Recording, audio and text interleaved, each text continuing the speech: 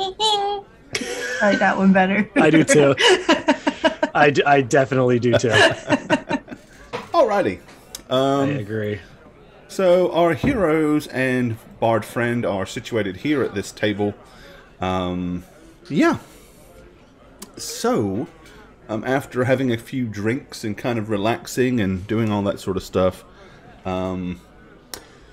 the message board was over here, of which Shagget went over and, as I said, kind of claimed something off the wall, but he has not revealed what he claimed to anybody. And in fact, everybody else was not really paying any attention to that direction, so I doubt anybody else has even noticed that he took something off the wall. No. So, other than that, yeah, what do you guys want to do? I mean, where did we leave off as far as? I think we were arguing about who was right in that last encounter. I think was kind of the stopping point. Pretty much, yeah. Because yeah, so, we ended kind of in a angry silence altogether, right? Like, yeah, Lear really stormed speaking. off, and we kind of just like, and then I think you stormed off. Oh, fun. Okay. Yeah, Didn't we you go kind to of did. talk? I remember Shagget kind of stormed off and went over to the message board here. I thought Lyra said she was going to go talk to that guy that the bard had said was going to have some good ideas. Right, She but was I like, don't "All right, think. I'm out of here." But we didn't actually. That was the last thing we did, so we didn't Yeah. actually proceed with that She plan. didn't actually go, but No. that was what her like. Gotcha. I'm gonna get out of here too because I'm sick of you two, Right. Yep. and we're just sitting there stuffing our faces. Yeah, absolutely. That's all I have on my you do. notes. Okay. So the bard here had good ideas, I'm told.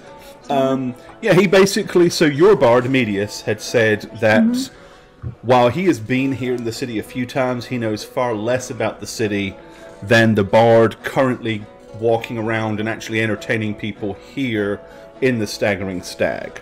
And that individual was Aldous Fitzroy, a bard of some greater renown than the up-and-coming Medius. Okay, got it. Then I'll be looking around then for that bard to see if I spot him. Yeah, I mean, you've seen him. He's a dark-skinned fellow, and you've kind of seen him. Rather than just stand on stage and play, he's kind of like walking around, swooping in and playing a ballad when he sees couples that look like they're on a romantic interlude. If people are all kind of cheery and lively, he's playing to that, and he's picking up the tips as he goes round the tables, as opposed to just sitting there with his pot out, waiting for people to come and, he's a hustler, he's a go-getter. Yeah. He knows how Okay. to busk. I'm gonna get up then and start wandering towards him. Okay. And I'm gonna wait for a moment where he's in between tables to approach. Okay, alright. Excuse me? Bodman? Oh, Might I request a private show? Oh, now, young lady, I must confess it would not be the first time that I had entertained such an idea with a attractive young waif such as yourself in her No. I'm interested in your stories. Oh, Not private. You could just come to my table over there. do forgive me. I piece. often get approached for things of a more private and physical nature, but no. Oh my! I'm gonna I look at him up and down. he's a very dark-skinned individual, quite handsome. He's got kind Is of he like handsome? black. He's kind of like got balding head. Very well dressed in kind of like white puffy shirt and a very well fitted kind of black and red tunic, matching pants and high, kind of high rise boots. Clearly knows how to dress the part just as much as he seems to be a skilled lute player. Okay. He says, well, the patron here did in fact hire me to appease his crowd with fine music. Would you care to wait until I officially have a break, or would you like to go and talk to the innkeeper and see if he will give me a respite. You do what you have to do. I will be sitting over there at my table whenever you're ready. We'll like wave the gold coin around and we'll be over there. Okay, he kind of like raises an eyebrow when you wave a gold coin, and he says, "Okay, I'm due for a break very soon, so if you'll just give me a few moments." Great. Okay. I'm gonna wander back. Okay, and he a little bit more hastily starts to move his way around the establishment, playing as he goes, and taking less time to loiter around and gather his coinage. Okay. Before he arrives, is anybody wanting to do it or discuss anything else, or you want me to just? I'm just focused on my drink and my food. I'm not even casting a look at either Fiffany or Fenifer because my anger's still there. The fight, You're still salty. A little salty. He's a salty boy. Are you still at the table, Lasticus? He came back. He came back to the table. Okay, you did come back. I just want to make sure. I think at least for Fiffany, she's going to keep talking to you as if you're still there, not really caring if you answer or not. Just pushing that point. Yeah, not so much about that, but just about anything. She doesn't care that you're quiet.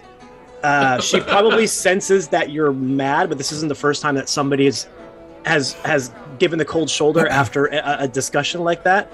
So I think the two spirit sisters are just gonna be talking, and every once in a while be like, my last kiss, when that sort of thing happens to you, and just taking bites and kind of shoving you across the table in a friendly way, but not caring. Yeah, and if you don't respond, it doesn't matter. We just continue like you did.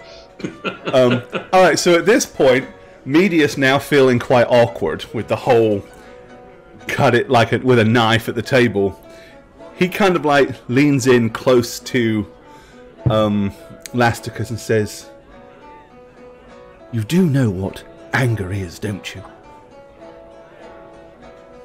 Anger is the punishment we give ourselves for others' mistakes." What? He says, "You're mad at them because of something they did, and your anger is ruining your mood, and you're not having a good time, so you're punishing yourself, really. Why don't you just let it go? Let them be the ones to burden whatever guilt or blame that may or may not should exist on their shoulders for what transpired." Have you ever traveled with a group before? Yes, but they're usually not so much as diverse as you are. Okay, because what they're doing. Fenifer, Fiffany, shut up, please. I'm talking. What? So wait, we gotta be quiet. We gotta be quiet because you want to talk. Why don't you just join the conversation? You've been quiet this whole time. Now you want us to be quiet? I'm trying to talk. I'm trying to talk to the storyteller here. I mean, so me? I'm gonna go storyteller. You mean her? Who? Me? Medius you are is not like, a storyteller. no, it wasn't really a point of conversation. It was just an observation, really. I think I'll get another drink. He gets up and goes to the bar. And look what you did. You upset him. Yeah, come on. Why you gotta open your mouth like that? You've been so quiet before. So bossy. While all of you are Wow, arguing, I have summoned the bard to come tell stories. Here he is right now. That's great. You summoned another bard? We just collected them over. Oh, Yeah, one why that not? knows more about Iridian. Hello.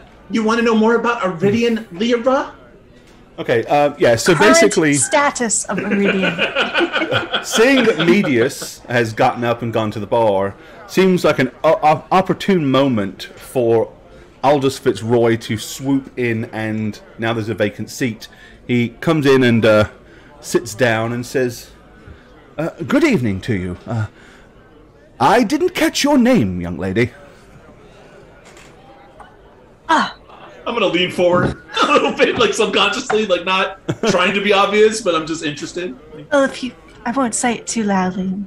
Lyra. Lyra. Well, it's a pleasure to meet you, ma'am. Now, you mentioned that you'd like me to come and talk to you here at your table with your friends and tell you stories. Yes. We are interested in stories of any evil plights against Iridian currently, anything that's happening, any myths you've heard of things going on around here that needs heroes. Ah, I see. So, less of regaled tales and stories, more of rumors of adventure. Sure, yes. Well, What do you got? there are a few things that I have overheard. I'm going to push a gold coin towards him. Please, tell us. Okay, he slides it off and Fantastic. palms it into his hand and into the pocket. He says, well, not too long ago I've overheard stories and discussions about a local noble family that has been cursed. Oh, how so? Well, it is the Cordell family, in fact. I overheard it from the young lady that works for them. Flanzig, thank you for that. 51 months. Thank you for this resubbery. Take your pants off. Hit the hype. Take your pants off. Alrighty. Yes, she frequents here from time to time, and I overheard her telling the story to an old lady. And now, when you say curse, you mean like from a demon? well, we are. I don't know who is responsible for the cursing, but I do know that it contains the existence of some vile and foul beast. Ooh, Sounds juicy. that's interesting. Now, where is this Cordell family? A beast, not a demon, right? Could be a demon beast. He said foul. That's the only other kind there is. I mean, it's possible the beast itself is demonic in nature, or it's possible that the demon placed the curse upon them, and somehow the curse involves the foul creature. Now, but I have no knowledge that it is in fact a demon of any kind. What kind of beast you know going around cursing people? Well, there's misunderstood beasts. Right, you think like a wolf going around casting stuff? Oh, dog, cat. Well, we ran into one of those already. And what kind of cat was it? Thank you. We literally encountered a cat that was cursing us, and that was a demon cat. And was that an ordinary cat? Last kiss dropped my memory. What about the story where a witch casts a spell on a young prince because the prince is the evil one to teach him a lesson, and he turns into a foul beast? Who's the evil one then? Not the beast, is it? Okay, but there's still but what do witches practice? Curses. It was a good curse, though. Curses are bad. What we got to find the beast? Find the curse. Otherwise, it'd be called the beast fell in love and turned back into a human. Oh my god. Okay. Wait. Fiffany, Fenifer, do you know what I do? What I do? Not really. I'm still trying to figure it out. You do know that I cast spells, right? Uh-huh.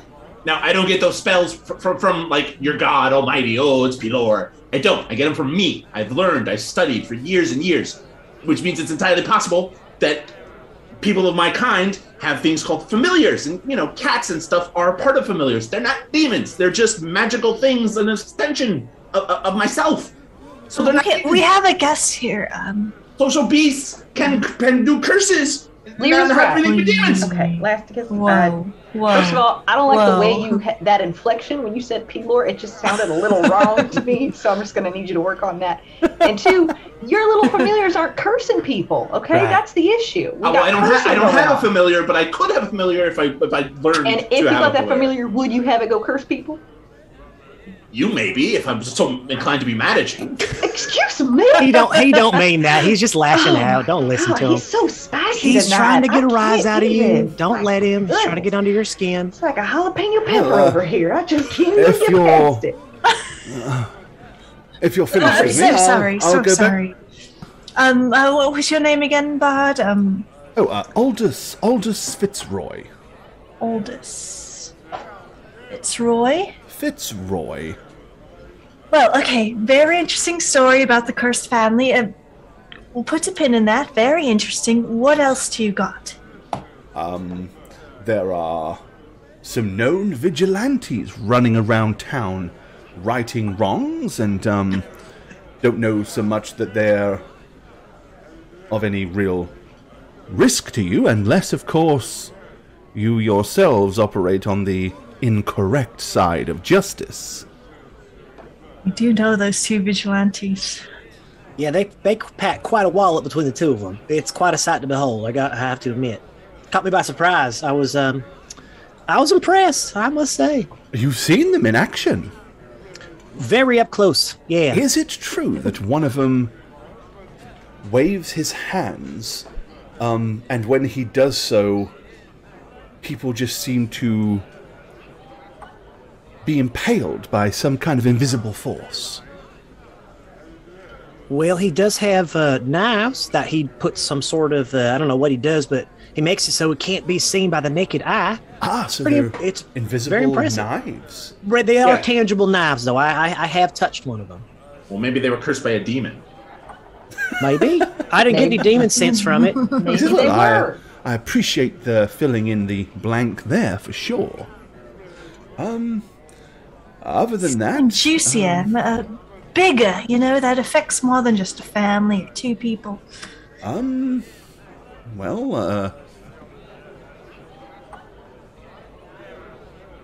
Don't really have anything that is kind of on a global scale, if that's what you're looking for. Although I do know that the Cordell family is probably the second or third richest family here, other than being part of the royal lineage. The whole thing apparently is quite the scandal. Why is that? Well, you see, I'm not sure on all the details, but I know it somehow involves Wolfram Cordell, who would, of course, be the heir to the family estate and the fortune. While they operate a fairly nice house here in the city, they also operate a fleet of merchant vessels,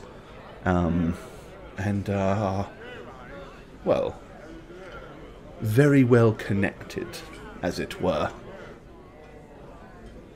And has anyone tried to help this family yet? Well, possibly. I couldn't tell you who else might have heard the rumors. Although, from what I heard from young Celinda, they are more concerned about who that they can trust with the information, and whether there would be a ample amount of discretion involved. And how do they go about discerning who they can trust? I am but a bard with this knowledge. I'm not privy to the inner minds of the Cordell family. Although, as I did walk young Celinda home one evening, I can tell you where the family home is, if you'd like to go by and inquire yourself. At the very least, if you let Celinda know that Aldous Fitzroy informed you of their little problem, perhaps she will arrange for you to get an audience with Ricard and Ethel. Okay. What do we think, team? Good to go? After all, if you're looking for wealth, they have money, and if you were to help and aid the third wealthiest and most noble family in the capital city of Iridian, I'm sure fame and glory aplenty would be at your disposal. I mean, I don't really care so much about fame and glory, but if they're being cursed by something and we can help them, that's what we need to do. Especially, well, I should say we're not really, we don't need the fortune for ourselves. But if fortune were to come into us as a part of a giving to the Lord, Almighty Him, then it'd be a nice gesture to show. I think A donation. a donation. Yeah, that's right. So, okay, sounds like we got ourselves a next target. And I will need you to kill 10 bears and bring me their pelts. Oh God! This is a low-level quest. Yeah. All right, I'm skipping this until later. These bears must specifically come from the forest directly outside the capital city. Way on the other side of the And map. I'll let you know that they are incredibly rare. But you will find thousands of badgers. And someone will always already be getting the bear you need. Damn it. How many people have you sent on this quest? Thousands. Thousands. We have and he kind All hours of the day, points too. behind, and you can see bear pelts piled up. To the... Can't possibly need any I more. don't know what we're doing with them, but Their population is so rampant. funny. But no.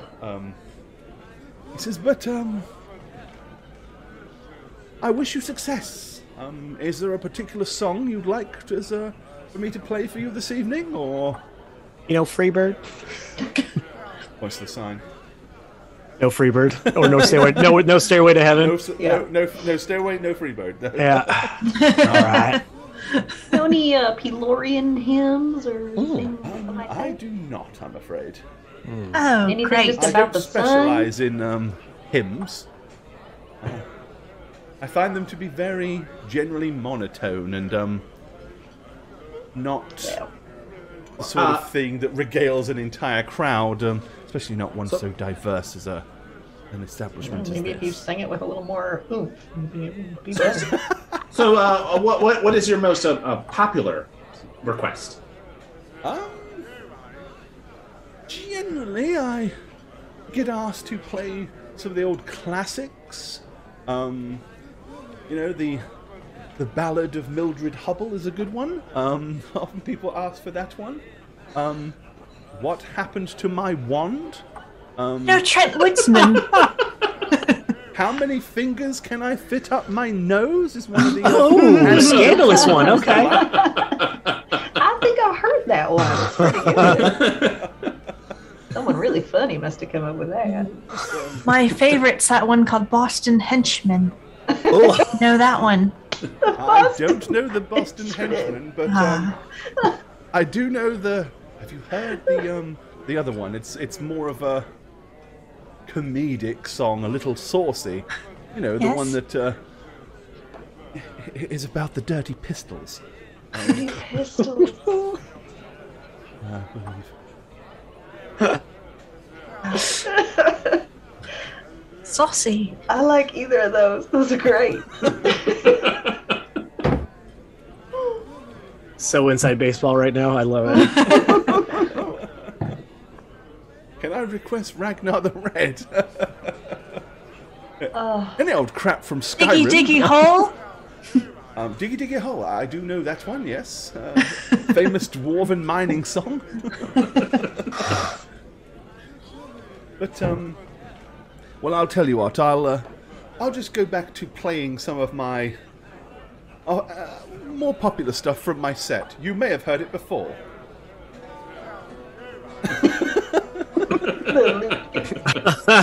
If you'll excuse me. Okay, and he goes back up to entertain his crowds as your bardic friend comes back and sits down with a drink that he's almost finished. Nice.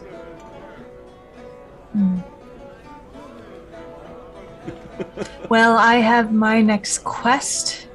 Now, I don't know about you three, but it's what I'm going to do, and maybe you have other Peloyan things that you gotta take care of around town? Are you coming with? Well, yeah, when we come with, wouldn't that make more sense? Well, I don't know what's on your schedule. You seem like two busy Pelorian helpers, right? Plasticus? This is what we do. We help. Hold on. What are you trying to say? All I'm saying is Lasticus and I can go inquire if, maybe some space. I don't know, like space, maybe. Are you trying to get rid of us? No. I'm not trying to get rid of you. I'd never do that. Let me ask you a question. How would you feel if there was space between two halves of your body? Is that what we are? No, what I'm saying is if you go somewhere where there's a demon and they claw you right down the middle and split you in twain, how would you feel about that? She got real graphic. Simply just going to inquire with the Cordell family. You can take care of business, go visit some churches or go pray somewhere. You think that's what we do? Just visit churches? Sort of. No, it's not quite what we do. We're on a mission to help. So we're on a mission from God. And we are not, no. We are a team. We're going to stick together. We are stronger together. And that's what we're going to do. The only way to get through this awkwardness, as my mama always used to say, is just stuff each other full of company. And just what? Oh my God. Stuff each other full of company. When you're arguing with your family, the best thing to do is to just stay real close and more time together and never be apart. And that way it'll just kind of fix it. Because that's the only way to get through it. Fix it, huh? Lasticus, do you agree with that? I've spent more time, the happier you'll be. I've spent most of my life just being self-sufficient and doing my own thing. And look where that's gotten you, huh? Yeah, you might want to improve on that. It's gotten him here with us. Right, exactly. So are you saying that me being with you needs improvement? No, what I'm saying is you need us to help guide you to the next chapter of your life. And that chapter, I imagine, has something to do with Pelor, right? Well, I didn't say that. It's interesting that's on the front of your mind, huh? No, I'm just very smart. I know what you're smart enough to think about Pelor as the first option. That is quite smart of you, I must say. But you said it's the only option. I mean, no. No, absolutely no. That's not true. Okay, what other options are there that you can improve me to? There are others that we don't mind that they worship because they're along the same line. Now, if they want to slum it, that's fine with them. I have a solution to this. Excuse me. I don't think we're getting anywhere with this argument, but I've heard of people in town, specialists we say, where all four of us can go sit down, have a chat with them, and they can give us recommendations on how to work together as a team. We could do that before we go see the Cordell family. We ain't arguing. We're saying we're trying to come with you. Oh, no. This is exactly the same situation. I've seen it before, all right? I've been across many lands. I've seen many families, many hero groups argue like this. There's one thing, and that's a specialist. I'll be right back. All right. I'm just gonna watch her go completely puzzled.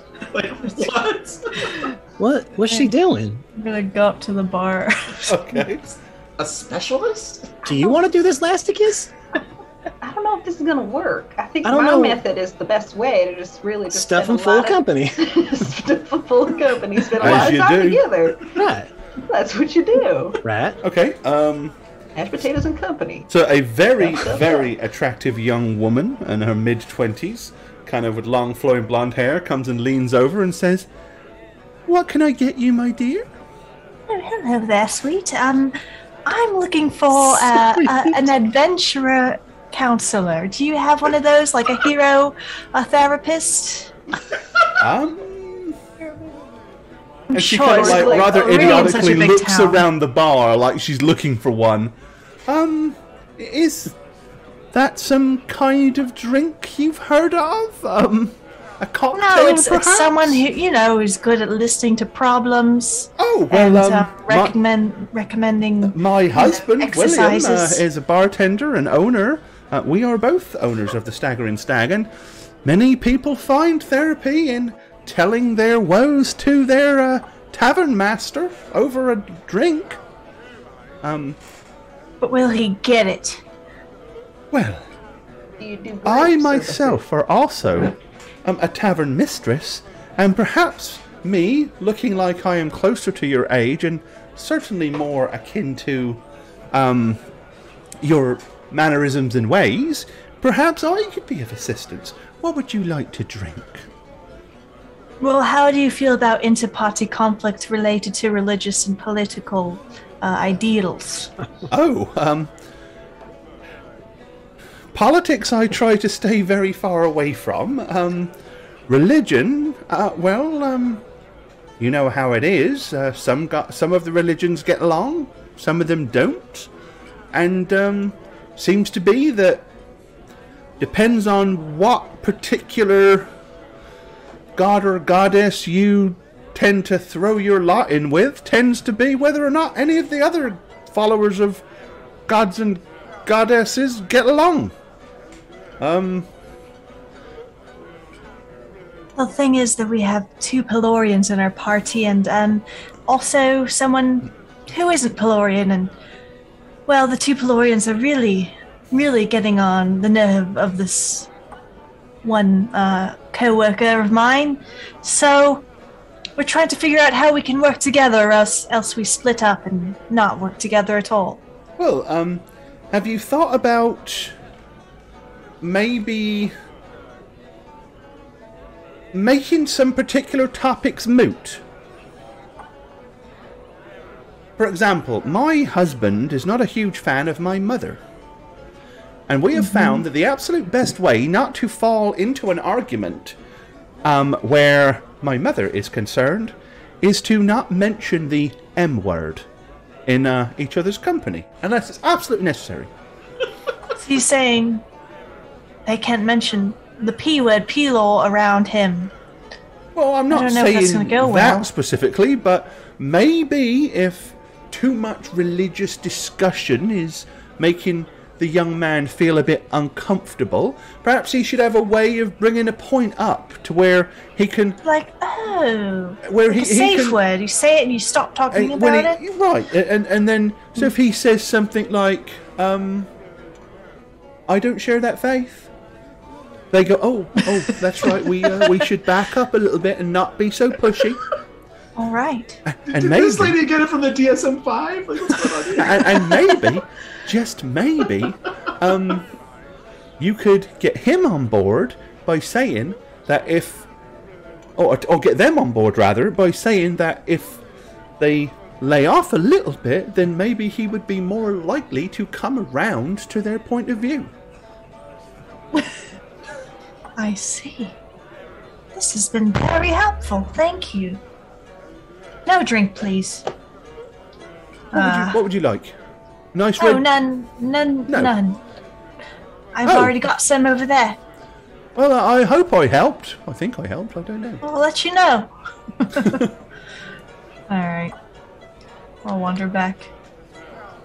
I've spoke with the specialist.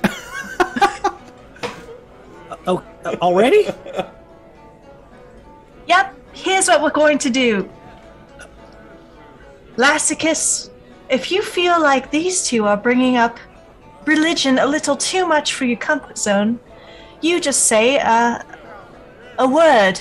Pickle juice. You say pickle juice. Look at them straight in the eye and you say it. And you 2, that means you need to take it down a level and not talk about it. And that's a solution. You just don't talk about your problems. That's what I got from her. It's the healthiest way for a very short period of time. Well, that's fine. I guess that's not really a compromise now, is it? What about him shaming our demon? If it becomes too much for you, you think of your own safe word that you can say, and you'll stop too. So when he doubts our demons, we get to say a special word. Yes, and then we don't have to talk about What's our word be?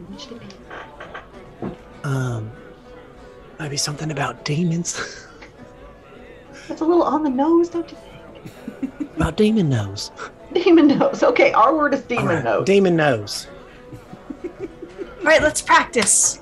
You 2 go ahead and say something that he won't like.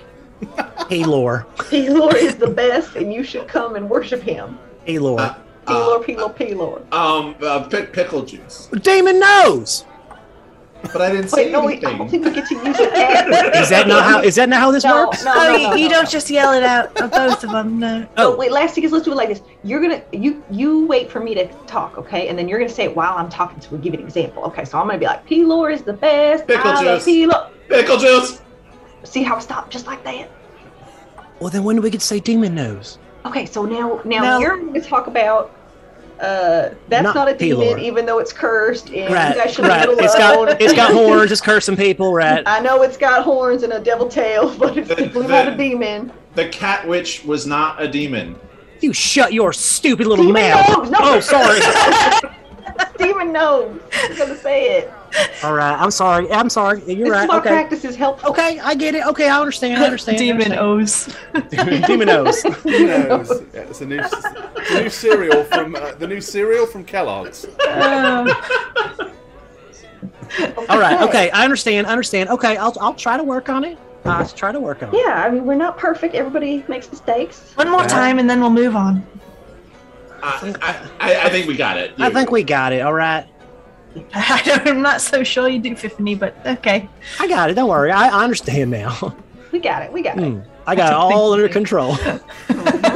Sure. I have about as much faith in this plan working as. Okay. So now you have attended a counseling session. Okay. What do you want to do now? Fuck away from these two crazy nuts. All right. Well, let's all go to the what, Cordell's. It's like 11 at night. Should we sleep first? Don't Yes. rich people stay up late? No. Okay. We should rest. Yeah, Show you're up at right. their house at 1 a.m. We're here to free you. We're here about the demons. We're here Tell about us the about your demons. juicy gossip. Please. All right. You're right. Those are the We best. should. Yeah. We should relax. First thing in the morning, we'll all check it out. Okay. Yeah. All right. So you guys want to all get a room here at the Staggering Stag? Yeah. Okay. Their standard rooms are in like the common room is 3 silver. You can get a private room for 5 silver, and their top floor has some luxury suites, which are 8 silver a night. I think Tiffany and Fennifer would split just a normal room. Okay, so Right? 5 silver. I think normal we room. stay. Okay. Yeah. 'Cause I Yeah. think we stay together. We don't. We don't part. No. Do We don't the part, and we. common. Yeah. We don't need to do it up. That's not our thing. Yeah. All right. I want a luxury room. That There sounds it is. great. Okay. Yep. That comes complete with its own bathtub and all of that stuff. So that's 8 silver. Ooh. What about Lasticus Swallow? I'll get a private room, not a luxury. Okay, so 5 silver for you two then. Okay.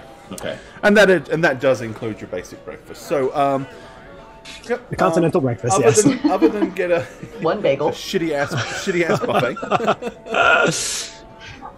One idiot standing with a thing making omelets to request. Yeah. Does it taste like water? Are any of you doing anything other than just getting a good night's sleep? We're gonna pray for sure. I would, after we all retire, go to Lyra's room. Oh no. Okay. Oh yeah. Hell yeah. Now we're talking. Get the whipped You cream get out there and you get there as the bar is about to knock on the door. Oh, you too? Come on. Let's all go together. No, so it would be like 20 minutes after we all went to our separate rooms. Okay. And then I'd go up there and I'd just knock. Who is it? Me? Oh. Let me in. Come on. 1 second. I'm gonna go and open the door. Oh, Okay, Elasticus, what's up? Elasticus Swallower. We need to talk. And then I'm gonna reach into my tunic, my robe of useful items, and I'm gonna take out that rolled up poster and I'm gonna hand it to her. What's this? Okay, I- so I'll pop it I up saw here it- for chat so they can see what we're talking about. I saw it downstairs on the billboard when I cooled off a little. Well, not too well, but I mean. Yeah, I'm gonna spend some Feelings. time staring at it with kind of like this blank reaction as I read through it. No reaction. That's, and then finally, I'm gonna look up to you. Like, that's funny. She looks just like me. Yeah, because that is you. That's you. No, a little around the nose is a little different shape. Okay, Tangled. No, that's you. I actually have a nose. She only has 2 black spots. One little squiggle line. Come on, and I'm gonna hold it up to my face. So you really think this? What's it say on there? Frita Gand is me. Lyra, I'm not an idiot. Okay. Well, I'm really not an idiot. So yes, it's you. I'm gonna look around and like shut the door. Where did you get that? You gonna shut the door in front of my. I didn't enter the room. No, I thought you entered the room. Get in here and like pull you in and then shut the door. Where did you get this? You haven't shown it to, Tiffany and Benefit, did you? No, that's why I'm talking to you about it privately. Is there a fireplace in this room? In your room, probably yes. I'm gonna like take it and like run to the fireplace and like try to throw it in there before he gets it again. Try? You're indicating you may fail? Well, if he tries to stop me. No, I handed it to her. Rip it up. No. Throw it in the trash. When she said I tried to throw it in the fireplace, I'm like, that's probably a thing you can giving you some RP freedom here. I want to. Okay, so you watch the vellum paper go up in flames and the edges curl as it slowly blackens and goes across. I mean, it was quite old. Look at the corners were quite weathered. You know. I mean, so this obviously was done after you, before you vanished, and we saved you from. Well, we didn't save you. You were just there, wanting to go home. In Erosia. Or maybe while she was vanished. Well, yeah. That would make sense, wouldn't it? True. Right. Okay, you caught me, yes. That's a picture of me. I don't like to talk about it. So we don't have to talk about it, right? Oh, don't not a demon nose pickle juice thing, please. That's what I learned is not to talk about our problems. But this is not. Look, all. Here's the thing. You're the only person in this party who remotely agrees with me. Otherwise, it's just me and those 2 nut jobs. You're insane people. Right. So I'm giving you the benefit of the doubt here, and of course, I have no intention of like sabotaging whoever you are, whatever you've done. I am who I say I am. So you're Lyra Frida Gand, the legendary ranger? I am Lyra. That is me. That's who I identify as. Now, what's on the paper here, maybe that's the name I was given it, but that is not me, not on that paper. Not me at all. But it said your mother misses you. Well, probably. That's very sad of her. That's quite sad. I hope she's doing okay. Well, she'd be doing better if she knew that you were alive. No. I'm sure she can live with it. And I don't think she thinks I'm dead. She's probably just looking for me because she's, a decent mother. She's like, where did I go? So you're okay letting your poor mother scour the earth for you, obviously putting effort into your likeness in that burnt up poster now? I have bigger plans than to just go back home with my mother who misses me. I'm clearly needed elsewhere. You're needed elsewhere, but not here, where you have friends that you screwed over, and now they're hunting you, so you don't want to be known, which is probably why you want to leave here. It's complicated. My life is complicated, clearly, as you can see from that wanted poster that I just put in the fireplace. All right? Yes. That's her. I have a mother. A relationship and status. Yes, we were fine. It's complicated. Yeah, she's looking for me. Okay. It's sad. Do you notice on there it just says my mother's looking for me and not my father, though? Did you remember what was on that paper?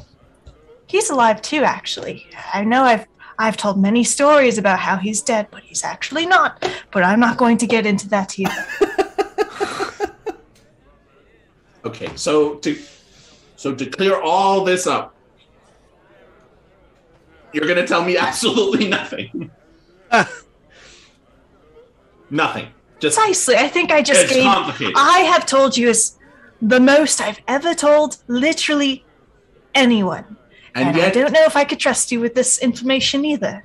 So and that's yet all you get right now. I see. You don't trust me, despite the fact that I haven't used this information to sabotage you at all. Let me put it this way. The information you now know, I'll probably evaluate to see if I can tell you more in the future. This is where it stops. My name is Lyra Grand. I am a legendary ranger. And I have a mother who loves me. The end. What a confession. Here lies Lyra Grand, Big whoop. the legendary ranger. Her mother loved her. I have a nice mommy. Man, mommy loves me. We are a really, really sad group of people.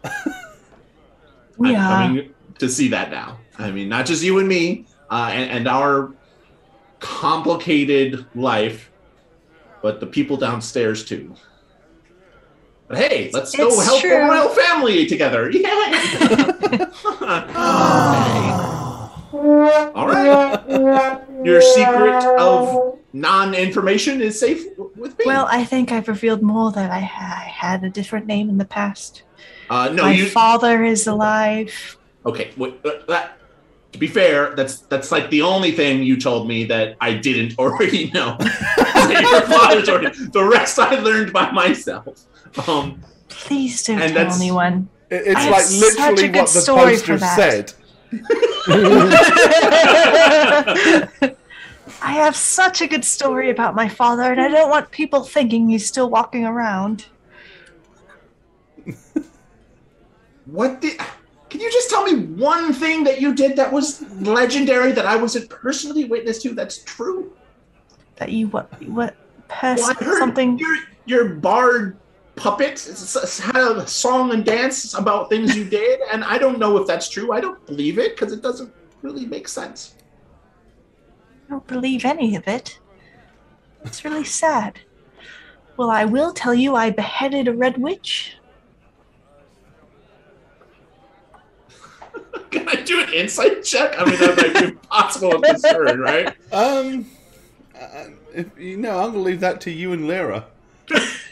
Insight. You can make dice. I don't mind making the sort of dice rolls against NPCs, but as a fellow player, hey, you judge Jane Ivana's sincerity. Fair enough. All right. A red witch, huh? And I sacrificed myself to save my friends and a whole town. Believe what you want to believe. Well, honestly, please don't ever call me anything other than Lyra. You know the ironic thing about the two things you just told me is that the second thing I believe a little bit more than the first thing. Why? Weird. I don't know. Well, I have a whole speech for the first thing. I got it memorized. That's okay. I've heard enough red-skinned lady from afar. Oh. No, I heard enough stories already tonight by the weird bards that you dragged to our table. Okay. All right. Lyra, I guess we'll see about that family tomorrow. Okay, good night. You just enjoy your luxury. I need to decompress after this. Sure. Yeah. You do that. And I'm gonna open the door and leave and go to bed. All right. Okay, so yeah, following morning, you all get up.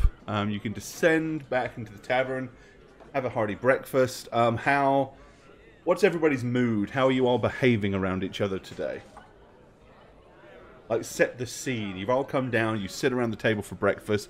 The bard, Medius, is there, all smiley and happy, and excited that you're going to be going off on a great adventure? I'm wasted. Okay, so Lyra basically hit the bottle hard last night while everybody else was. What kind of wasted are you? Sad wasted. Oh. He's a sad drunk. A sad miserable, cryy drunk.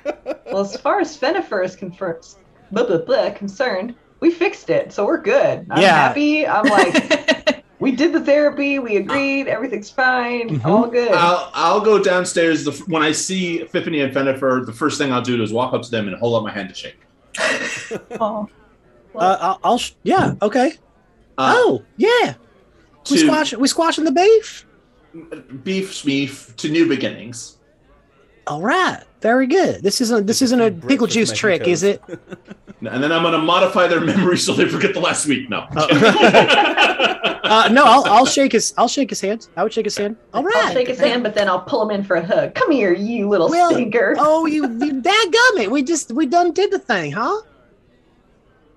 Doesn't everybody feel better now? Yeah, I think we got her done. Let's go help some people, huh? Absolutely. Well, before we go, Lyra's real name is Frida Grand, and she's big. Pickle juice. Oh, did I say that out loud? Oh no. Okay. So you can get to the address of the establishment of the Cordells and head through the streets of Meridian. Find the wealthy place. Let me get you to the city streets of Meridian. I think we just go right there. City streets of Meridian. Except I can't find Iridian. It's fallen off my Let's face. go to the Cordell family. Oh God, you're taking her drunk, aren't you? Okay, there we go. Iridian. Always takes a little while to load because it's huge. Okay, Let's go to the Emerald City. All right. Let's see. All right, so you guys are going to end up here at the, let's see, this large, very huge house. Okay, the building itself is at least 3 stories tall. It is made of a sturdy stone foundation. It's very ornately carved, like the doors have got ornate curvings and carves into them. There are, the door handle, the door knockers themselves are kind of made of brass. The whole thing is, while it doesn't really have much in the way of grounds, the house itself is very, very lavish and clearly cost a small fortune. It's one of the biggest houses that you have seen here in town. In fact, in comparison, it's almost as large as the Staggering Stag Inn. Okay. There's like one wing of the house on the right clearly looks like it has multiple chimneys. Whether or not it's got a whole bunch of different individual guest quarters or whatever, the house is certainly large enough to. But at the front, you can see a much kind of larger cobblestoned chimney that probably, is part of the main house itself. By the time you've gotten here, the whole city is bustling and alive with activity. Just down the street here, people are walking by you, and some of them have got big, long, flowy wigs and wearing black robes. They look like some kind of judiciaries, and they're heading down to the magistrates' chambers down there. You can see several very well kind of ornately dressed guards kind of walking with them like they're normal guards, but they've got extra regalia on to kind of indicate that they are currently on duty with the magistracy. And of course, just across the street is the high walls of the castle grounds and the royal quarter itself. Once you arrive at this establishment, what do you wish to do? So our meeting, handshaking, hugging, seeing Lyra, is it very obvious that she's drunk, or is she just... I think she said, she didn't say I've had a few drinks, she said I'm wasted. So, wasted is fairly descriptive of being very drunk. So, walking over there, she's probably dragging her feet behind us, right? I mean... Yeah, probably a good stagger. Yeah. What's up, Cyclops? A great stagger. Good stagger in her walk. So I'm gonna I'm gonna walk up to Fiffany and Bennifer and be like, she doesn't look very presentable. I'm fine. Oh, Lasticus, that's rude. Don't say that about a lady. No, Look, I stole a bottle. I'm sorry, what? You did what? Stole a bottle. We are about to meet the third most powerful family in this capital city. Yeah, what's power anyway? Wait, where'd you steal it from? The tavern. You. Where is it? Yeah. Sorry, where? Yeah. Is that all that's left? Mm-hmm. I'm gonna try to quickly snatch it out of her hand if I can. Okay. Yeah, do an opposed dexterity check, but Lyra can have a -4 because she is shit-faced. All right, dexterity. Okay.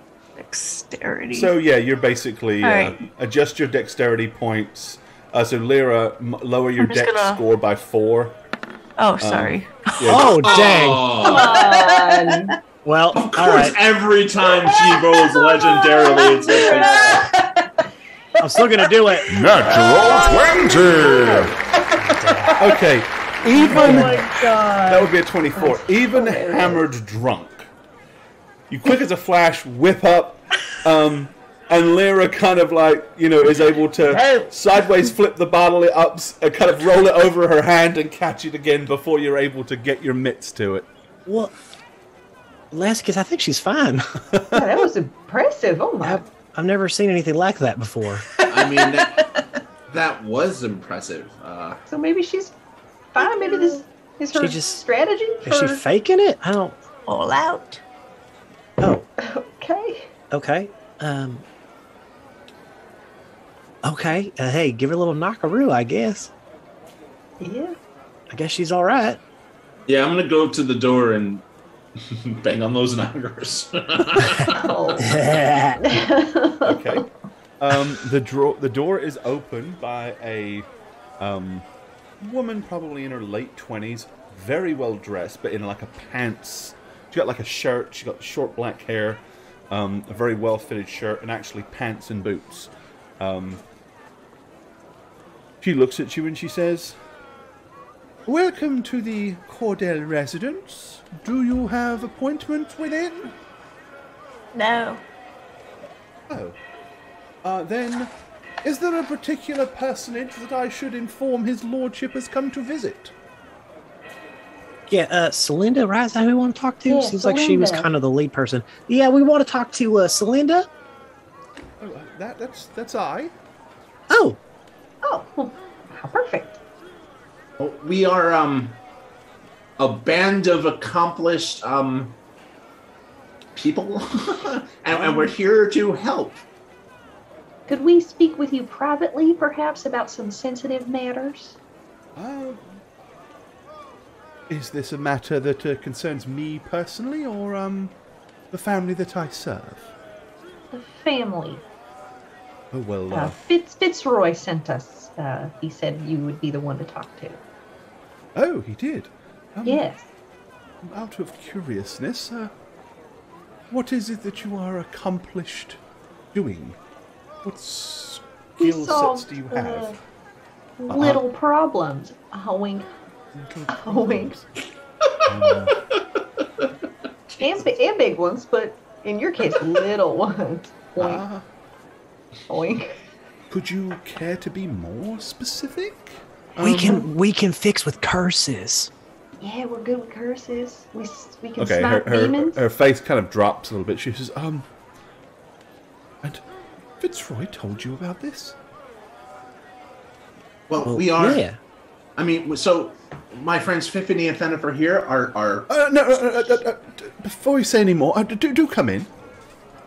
Okay. Perfect. Thank you. And she kind of like hustles you in off the streets rather rapidly to get you away from like being any potential prying. Let me see, where's her house? Prying ears. Okay. Let me go ahead and get you.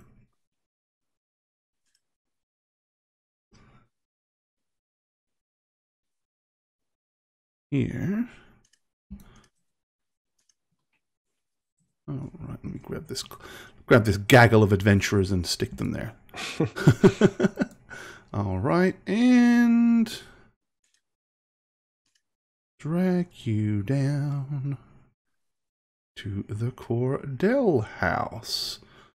All righty. Yeah, so she kind of like gets you in off the street.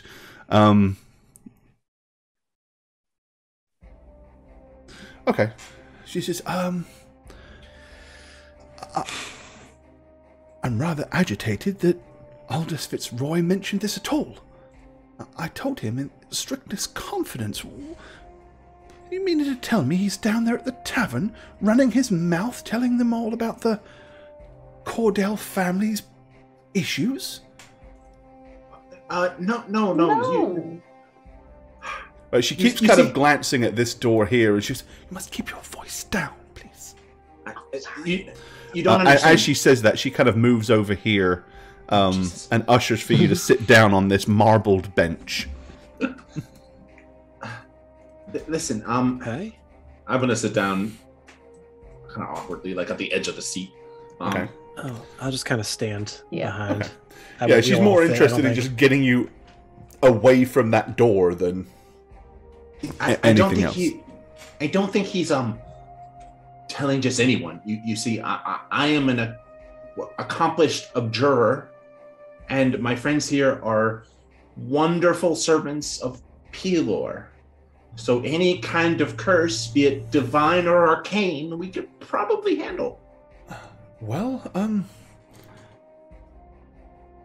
I suppose if Aldous thought you might be of some use, I could go and speak to his lordship and see if he's willing to entertain you. I'm not permitted to discuss these matters myself, of course. It would be betraying a confidence. But if you'll promise to just wait here, I'll go and let his lordship know that you're here and the manner of which you have come to visit. We will wait here. Yes. Yeah, sounds great. Okay, well, she disappears through this door. Everybody give me a perception roll, please.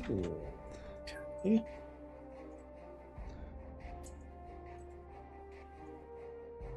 Where's my others? It's hiding.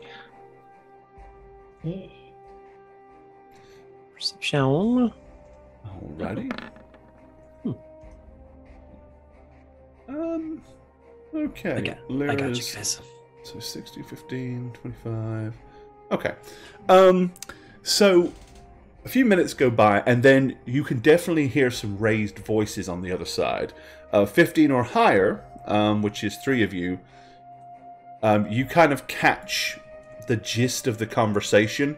Whoever he is sounds rather agitated and furious that she spoke to you at all and even confirmed that there is a problem. Then you hear a baby start to cry, and a woman's voice basically saying, for pity's sake, calm down. What can it hurt to entertain these people? And he's like, but we don't even know who they are. They could be, they could be anybody come to get information to ruin our good name. But eventually issues calm down, and once they do so, you can't really hear much more of the conversation. But after a few minutes, Celinda kind of awkwardly comes out, looking a little flushed and red-faced. She says, His lordship says that they have a few minutes to entertain you. I do pray you get to the point and are able to convince him that you are able to help. I'm hoping that you are, at least. Of course we can help. I have of course we can help. Great faith in the mythologies of the Pelorian Church. If it wasn't for the fact that the two of you were present, I wouldn't have entertained it as a possible thing at all. Well, isn't that wonderful information to know? That's right. A little respect a little once in a while goes a long way. I'm helpful. I'm helpful. Yes. They definitely have influence. It's nice to hear that. Okay.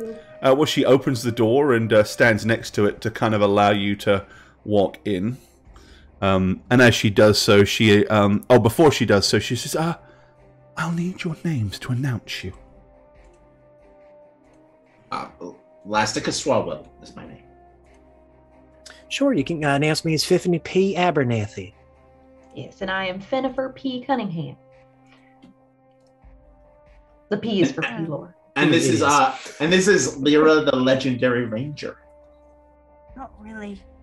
I see. What? Your lordship and Lady Cordell, may I please present to you the visitation of a Mr. Elasticus Swallow, a Epiphany P. Cunningham, and a Fenifer P. Abernathy, and Lyra, a ranger of some renown. A little special thing. Yeah, she got a little squirrely on that, but that's all right. So no big deal. I do it to myself too. Right, well, it's true. as we enter, I just say, did she say Elastica swallows? It's all right. Let it go, Larry. Let it go. It's all right. Be polite. Of course. Trust me. By the end of this, they'll know my name. And she starts like, oh yes, of course. Lyra, you good, or you need a hand? Can she stand? Is she fine? Oh. I'm gonna enter and bow awkwardly, waiting for my party to back me up. Yeah, we're coming. They walk in holding Lyra up, arm in arm. Yeah, all right, here we go. First thing she does, vomits on the rug, right? This looks expensive. Please don't make a mess. So slow. Bump it a little bit. Through the door. Give me a perception check, the three of you that are in there. Sure. Little better this time.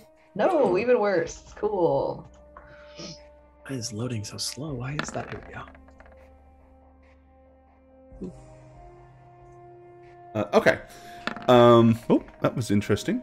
Very delayed. I'm not going to bother. No, it wouldn't be for you. This is before you come in. All right, so Lasticus and Fiffany, you can tell that the distinguished and very well-dressed man in kind of like a long coat and tunic with like ruffs and feathers, he's got graying hair. He's kind of standing up with his back to the fireplace as you walk in.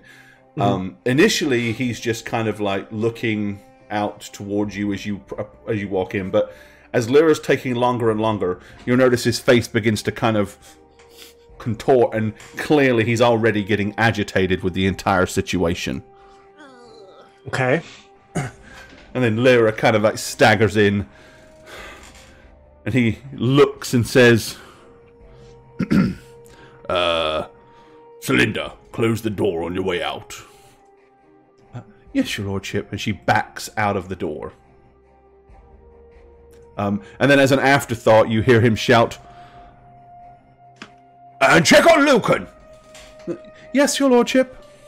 And then as she closes the door, shortly afterwards, you hear boom, boom, boom, boom, boom, boom, as she's obviously heading up some stairs.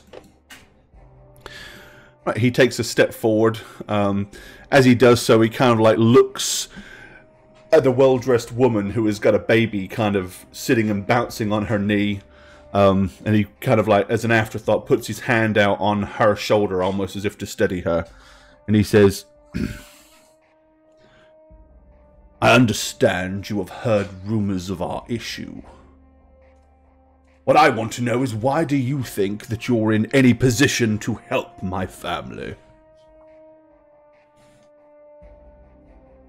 Well, I mean, we heard about the position and it directly correlates to what we take care of. Yes, I understand and can tell from your garb that you are members of the Pelorian Church. Uh-huh. I'm curious as to why you're here. Are you here perhaps to open a new shrine? In the absence of the old one, since most of the city is now full of Cuthbertarians? No, we're sort of here kind of by happenstance and just heard about the rumor what's going on here, so we're just here to help. But the woman kind of looks at him and says, oh, for pity's sake, Ricard, just tell them. Annoyingly and kind of like agitatedly, he looks at her and then looks back at you and he says, so you've heard about my eldest son disappearing, have you? And the threats that were delivered by some old woman. Some venomous harridan, some hag from the nether pits of wherever she came from. Honestly, my lord, we didn't hear anything of that sort. We just heard there was some kind of curse. Yeah, that's what we were told, a curse. We don't know about the kidnapping, but we can help with that too, I guess. It is not a kidnapping. And with that, he kind of like stomps over to the table and gets like a wicker decanter and pours himself a glass of what kind of deep, dark red liquid. And there's an afterthought. He just like motions, if you want some, help yourself.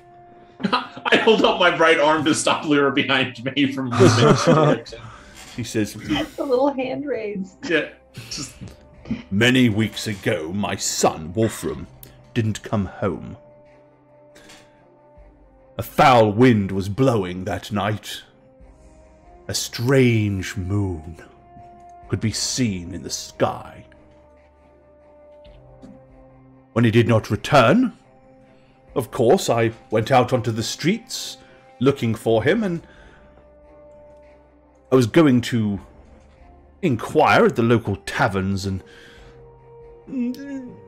drinking establishments, fine eateries around to see if anybody'd seen him. It was then when this old woman showed up on our doorstep unannounced, bizarrely dressed, her face obscured by bedraggled laces layered upon layered to where you couldn't see through them to see her features. She told us that our family, because of actions from my grandfather, was cursed, and that Wolfram had been taken by the minions of some foul creature as punishment.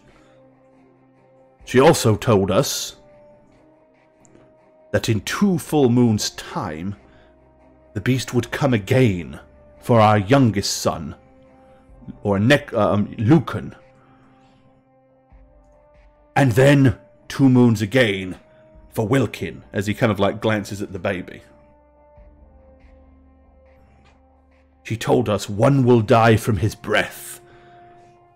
One he will take himself. When I inquired to this woman of what lunacy was this and what it was, all she did was wave her hand in a circle in front of me, and for a moment, I was dazed and hypnotized by her activities. Shortly after, I had a memory, a vision, I suppose. The vision was of my oldest son laying upon dark ground. I couldn't see a beast or creature, but I could smell a foul, foul smell in the air, and saw a dark black shadow cast upon a grey rocky wall. Then I heard a deep, deep growl and rumbling. And then suddenly a bright light as my oldest son, Wolfram, screamed in agony. And then nothing more. When I stopped to question this woman about what had just happened, she was gone. The vision lasted but seconds, but yet she was gone before our very eyes. I inquired, and again, nobody had seen or heard of Wolfram, but it was then that somebody had told me they heard a strange scream near the wall, the night of the moon, and when they went to investigate, all that was found was this. And he picks up like a leather glove that is kind of like blood-stained and torn. This was my son's. This belonged to Wolfram. I have no doubt that he has fallen into some foul, foul luck. And if this strange old woman, if her ramblings are true about this curse, which it is true that my grandfather had done many indiscretions in the past, it's possible, of course, that he could have brought around the cursing of my family. But what it is, I do not know, and this beast, this foul creature that seems to have snatched up Wolfram. Even if my eldest son is gone, I have two other sons to worry about. Lucan and the babe Wilkie. She says that one of them will die from his breath, and one he will take for himself. I do not know what this means, but I beseech you, if Pelor wishes it, and if you are willing, I pray you help my family. Find this creature, this beast, and destroy it before the next full moon, so that Lucan does not meet ill fate, and 2 moons after that, poor Wilkin does not. Why such a person would curse my family and only target my children is beyond me. Why not me? Why not I, the grandson of he who it is that supposedly is responsible for the curse to the Cordell family? I wish I could give you more information and give you some guidance as to where to go, but how many days has it been since your son was taken? Well, as I said, he disappeared on the last full moon. It has been 2 weeks since. So your son is in risk either tonight or tomorrow night, or at the next. No, they said 2 moons hence. 2 moons hence. Okay. I assume, based on the fact that it was the full moon when my son disappeared 2 weeks ago, that we have. I am no study of astrology, but perhaps 5 or 6 weeks before the full there's a full moon in a couple of weeks, and then it will be the next that he will meet his demise. Therefore, my thinking is that within the next 5 weeks or so, we must find and, if not find and destroy this creature, and hopefully find, if Wolfram is still alive, him and return him, or at least find some other way to release us from this curse so that this foul beast no longer wishes harm to my family.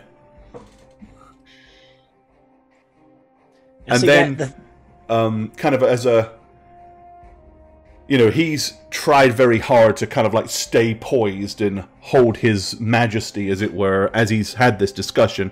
But numerous times he's kind of like broken, and you can kind of like see through that to the look of a concerned father. But then, as a more kind of open display,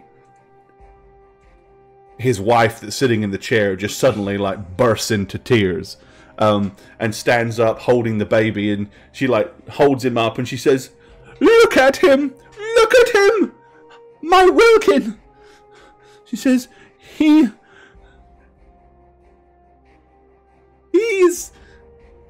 his very life is a danger. This thing will either take him or he'll die from his breath, or whatever that means. It's terrifying to think." And at that point, the door bursts open, and a kid runs in, like, whipping a hoop with a stick. And almost immediately afterwards, the door bursts open, and Celinda kind of runs in, like she was trying to stop the kid from interrupting. Lord Cordell looks at him, and it's almost like he's about to scold the boy, but then I think it's like he realizes there's much more things to be grateful for than being interrupted by my son, who actually is currently alive. And he kind of looks at Celinda, and she says, "We are in discussion, Celinda. Can you take the boy and get him some breakfast?" "Yes." And she kind of like goes over and, you know, "Come, young Master Lucan. Let's see what's in the pantry."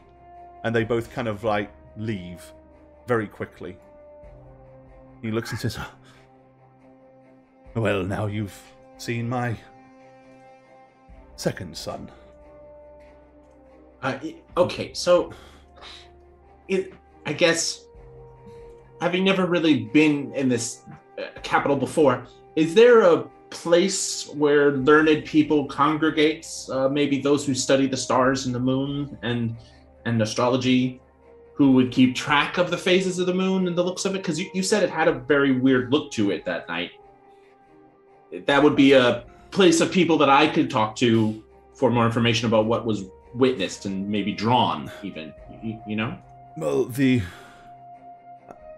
obviously there are scholars and those of great knowledge here in the city.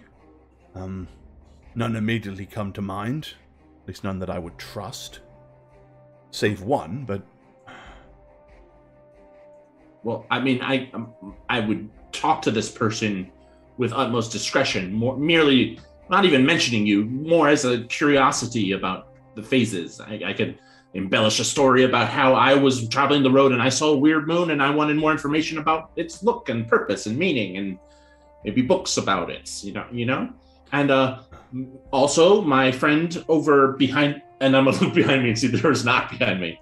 My friend over there by the table, she is a ranger of sorts. She can, if we go to the location where the glove was found, we maybe find a path or a track or something, even a couple weeks later, after the facts. I can have Celinda take you to the exact spot where Wolfram disappeared. That's not a problem. I fear bothering the individual that I had in mind with questions about the phase of the moon would probably not be advisable. The man has much more important duties to tend to. Perhaps if you had more information before you went to see him would be advisable. No offense, but could you tell me his name? Yes, it is the... Just for reference? It is the King's Vizier himself, Tadros Larashen. Oh, the Vizier. Well, of course, we wouldn't immediately go to him. You're right. He is, without a doubt, the most learned man when it comes to sciences and the arcane arts here in the city, and one that I know beyond question would not be in any way responsible or connected with the foul business that is affecting my family. That was not an accusation by any means. I merely state that while there may be other people that could assist, he would be the only one that I felt confident would not have any misdealings about the situation. My family, in a more recent past, served the king. My father, Xavier Cordell, rode alongside the king's son in the war when they clashed with the barbarian horde, the Bloodscar tribe. He, of course, fell, but not before, from what I understand, valiantly fighting to his last breath to try to keep the prince alive. With that being said, I know that the vizier would view my family in a positive light, and if I was to send you with a copy of our family seal to him, I'm sure that he would visit you and or visit upon you and assist you in any way, but again, it would be futile to go to him without some form of direction or request for aid. Of course. Okay. I mean, these inquiries don't necessarily have to be pertaining to you. That's all I was saying. I mean, it could be just a curiosity, unattached, unrelated. Yes, I'm a book reader, you see, so that's my... I'm sure you could ask around and find somebody of knowledge that could help you. I'm trying to think off the top of my head if there's a... perhaps Arius might be able to help. Arius Bowthorn, he runs the Salvin Tincture. He's an alchemist. Perhaps as an alchemist, he may have interest in the moon and the stars and the sun, cycles and things. I have heard that some herbs and plants grow only under certain conditions.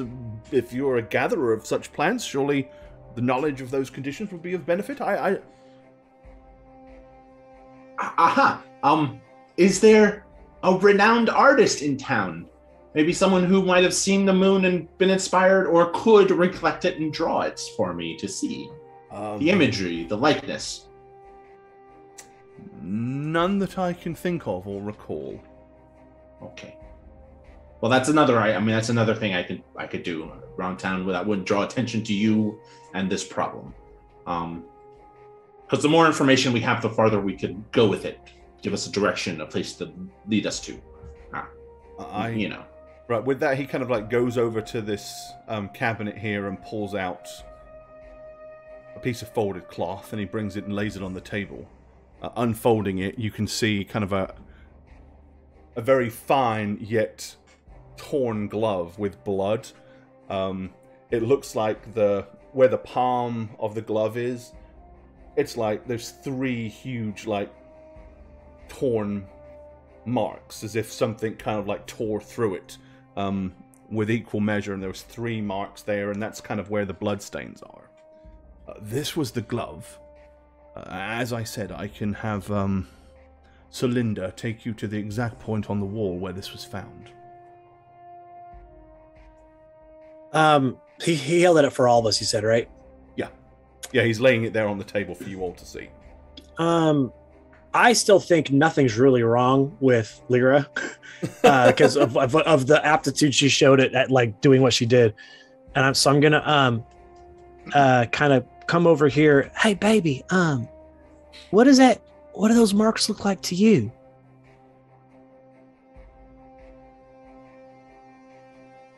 Well, you have to speak up, darling. Can't hear you. That blood's definitely Wolfram's blood. Okay, good. All right. What about the marks, though? Like, do you know? Do you know any animals that? That looks like the mark of a beast. The beast. Mark of the beast. Mark of the beast. She's very specifically confirming all of the things. Like a capital B, sort of. Like mark of the beast. Oh, no. Huh, interesting. I'm going to shoot a little look over at Elasticus. Just a quick one. Shaking my head. Okay. Yeah. I think it would be wise for us to go take a look at the scene of the crime. see if we can gather any other intelligence from there, right? Right? Also, this is gonna sound weird, but tomorrow, not today, there's a chance I could glean information from the glove or the person who last wore it. If I could borrow it temporarily. If you need to take this with you as a tool or anything that will help you solve this problem, please do so.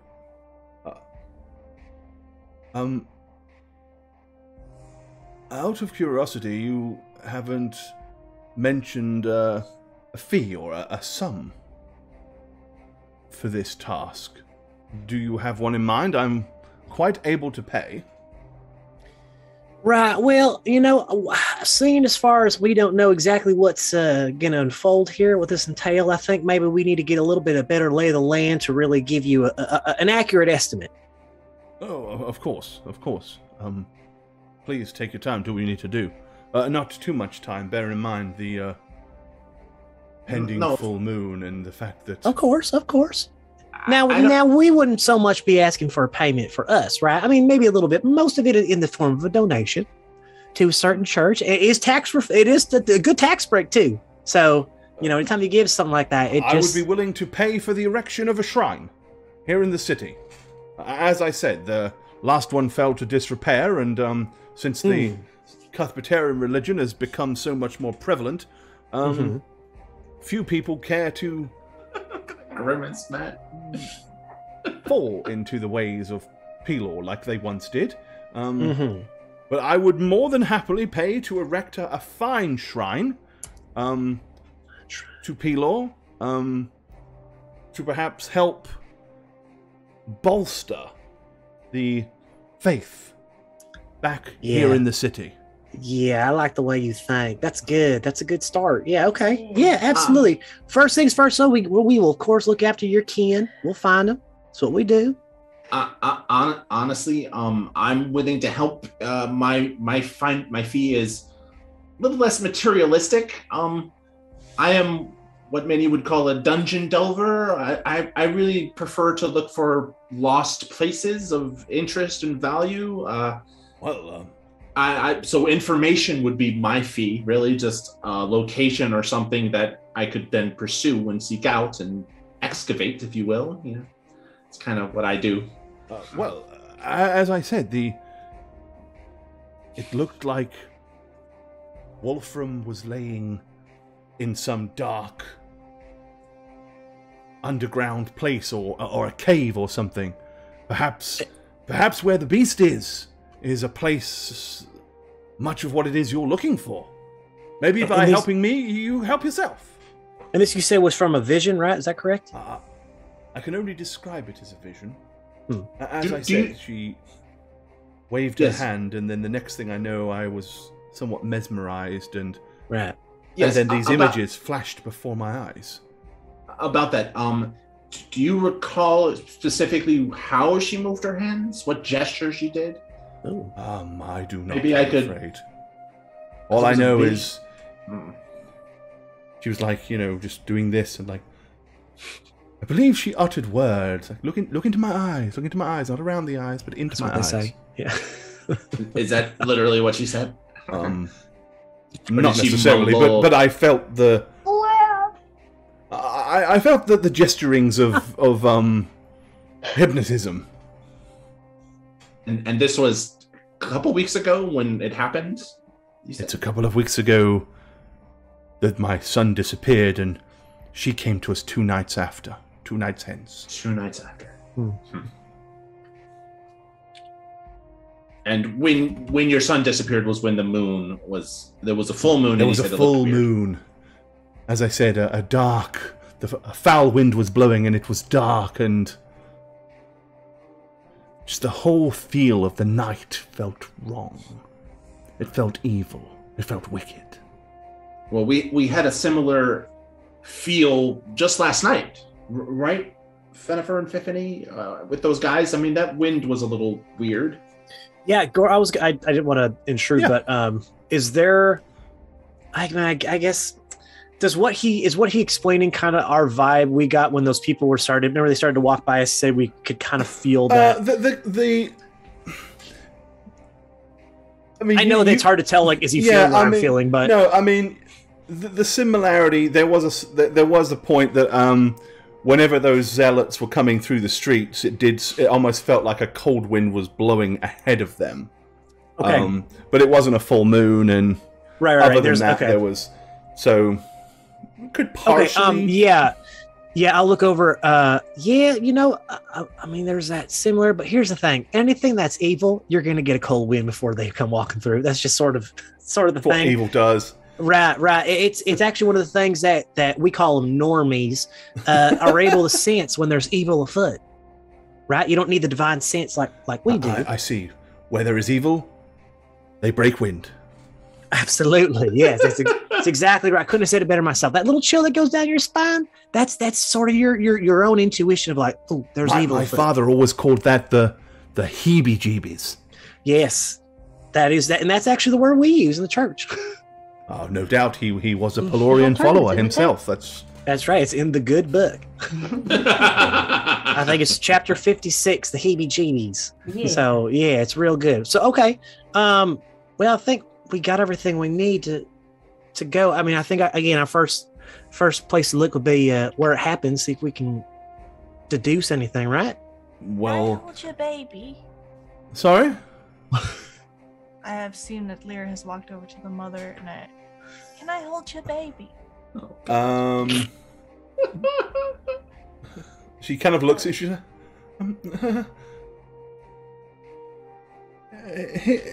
Here you go, Wilkin. Go to this nice lady. She's going to help find your brother. And then she is hovering with her hands poised just in case, like a mother, like she's about to dive in to catch the ball should you drop it. Perhaps here, take a seat. And she kind of puts her hand semi-forcefully on your shoulder and guides you to this chair. Okay, I'll sit. Hello, baby. So I'm gonna rock the baby a little bit. Whoosh! Straight in the fire. Oh my god.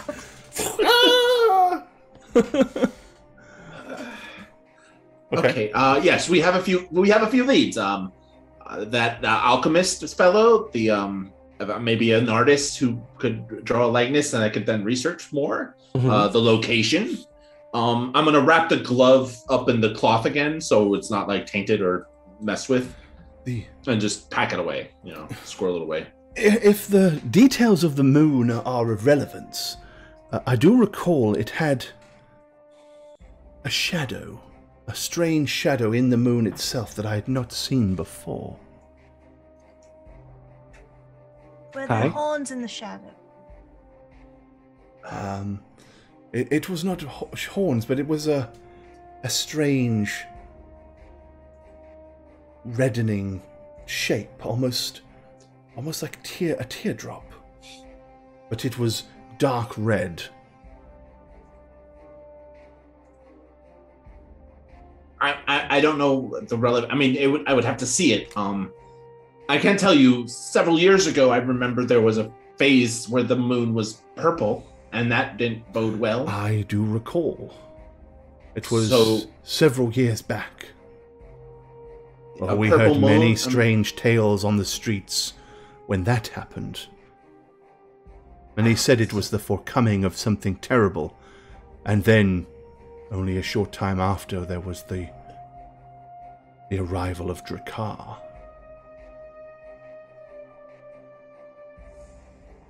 Well,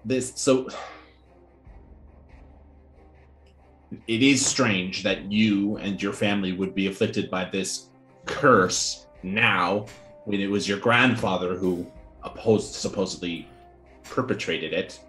Perhaps it was triggered by that particular moon. Perhaps so, which is why I'm going to try to find someone who could sketch it as well as describe it. Or perhaps a significance of the day. Perhaps the day was significant when it happened. Perhaps my grandfather committed an indiscretion on that day. set time. I'm clutching at straws, obviously. Just trying to make sense of it all. Of course. And we will. We will. Okay. Thank you. And Lyra, let's do our due diligence here. Give the baby back. Beautiful baby. Yeah, but why don't you give the beautiful baby back to the beautiful mother? It's a crystal, nothing more. But if I turn it this way, do you want it? Then forget about the baby. I'm gonna hand the baby back. Okay. Her mother quickly takes the baby back and goes back and sits down into the chair. You notice she's kind of like clutching it a little tighter than she was before. What MC! What's up, 79 months? Wow. Y'all don't want the crystal? I'll take them. Take your pants off, hit the hype. Welcome, dude. Yes, my friends, let's get to work. First point of call, tell Celinda to come in here if you wouldn't mind. Sure. I'm gonna hastily leave to retrieve her. Okay. You kind of hear her upstairs on the balcony as she's actually descending down the stairs. He would like to speak to you one more time. Thank you. Thank you. Right, so she goes in. Your lordship wishes to converse with me? Yes, Linda. I want you to take these individuals to where the glove was found. To where Wolfram's glove was reclaimed on that fateful night. Yes, your lordship. I will do so straight away. If you will accompany me. And then she steps out of the door. Yeah. I think we follow her, yeah? Okay, yeah. She goes over to the coat rack, gets herself like a coat, a long cloak. Yes. And heads out the door. Okay. Okay. Back on the city streets of Iridian.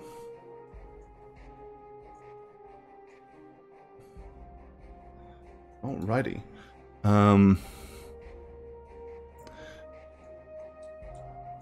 So she leads you all the way down this main street. Zoom in a little.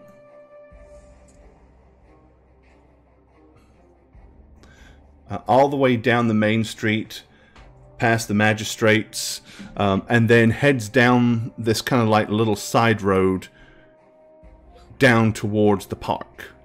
Before entering the park, however, she kind of like cuts through to this fairly open area. As you kind of cross over and start approaching the main wall, if you wouldn't mind, everybody give me a perception check. Lyra, you'd still be at disadvantage because you're shit-faced.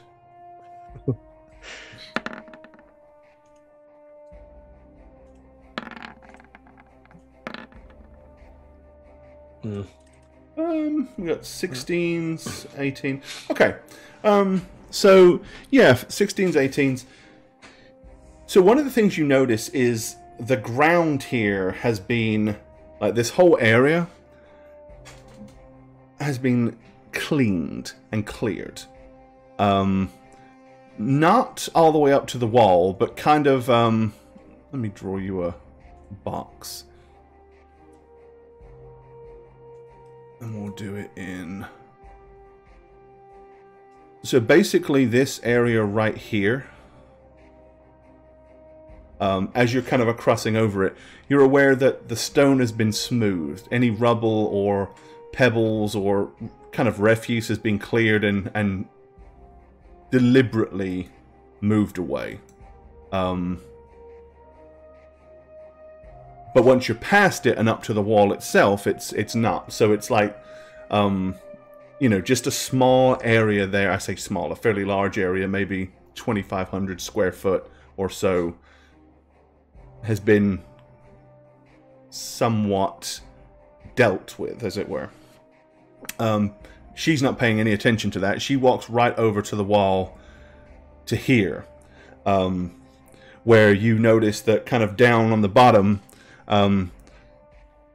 there's like a little pool of wax has been, like from a candle, has been dropped. She points and says, "Right here was where it was found, the glove. I put this wax there to mark the position, as I feel it was necessary that we be able to find it again sometime in the future. My first suggestion that was brought to me was that there might be a couple of individuals here in the town or outside the town that we might approach to assist us. Individuals that came well recommended and were of some renown." They vigilantes. I come to find out later that yes, they were, and they went by the name of Taz and Darehill. It was initially brought to my attention, but after doing some private inquiries, I found that this sort of thing might be beyond their level of attention, as it were. Also, it's inside the city. They seem to operate outside the city. Well, quite, but hearing that they were righters of wrongs, doers of good, obviously I thought about them, but I've since found that they're more interested in hunting down and killing criminals than looking at evidence and solving problems. Nonetheless, here is this is where it happened. And then she kind of takes a few steps backwards and raises her hands, like, to indicate, "Hey, I'll get out of your way." Thank you. We'll take it from here. We'll keep in touch. As you wish. So once you've kind of like done that and sort of like basically semi-dismissed her, she will turn around and walk back the way she came. I'm going to turn to the group. Huh. What? Any inclinations, insights? Well, I mean, we gotta start looking around first. Why, you got some brewing? Well, I guess we could see who lives, what these two buildings are. If anybody saw anything or heard anything. Also, yeah, there's the. I'm gonna look up at the wall. It's a big fucking wall, right? I mean, yeah. This is a massive, huge, motherfucking siege-resisting outdoor wall. And is this accurate scale-wise? Roughly, probably. And this is a guard tower, so there are guards definitely in there, right? Yep, these are towers, and these buildings here are actually, they're kind of like in the corners, but that's where the City Watch and the City Guard operate out of. They have like 4 of these like little. So there's the first thing: is it literally happened right under the nose of the City Watch. I mean, that's a little weird, right? I mean, look where the guards are congregating. Yeah, and look at the ground. It's been tidied. I was thinking we'd find some little footy prints over here. There's nothing. Well, I imagine we'd find many footy. I'm saying this footy prints. Well, but it looks like it's been wiped. Tampered. Well, the interesting thing, as I said, is it doesn't come up as far as the wall. The area where the glove was found itself is not cleaned. It stops a good 10 or 15 feet before that. Oh, okay. I didn't realize it was that far. Okay. Yep. Okay, and I can find the prints. I'm sure. Let me look. It's probably just right here. 1 second. Okay. She just stares at the wall. How'd it go? Drop, and I'm gonna look at it. I would like to do a perception check or something. Or something. To see if I can find. Does Lyra have an actual tracking skill at all, or a talent or trait for such things? No, she's just a regular old Joe.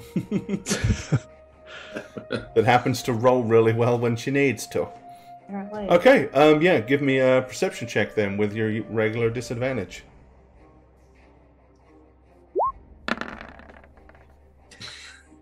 Okay.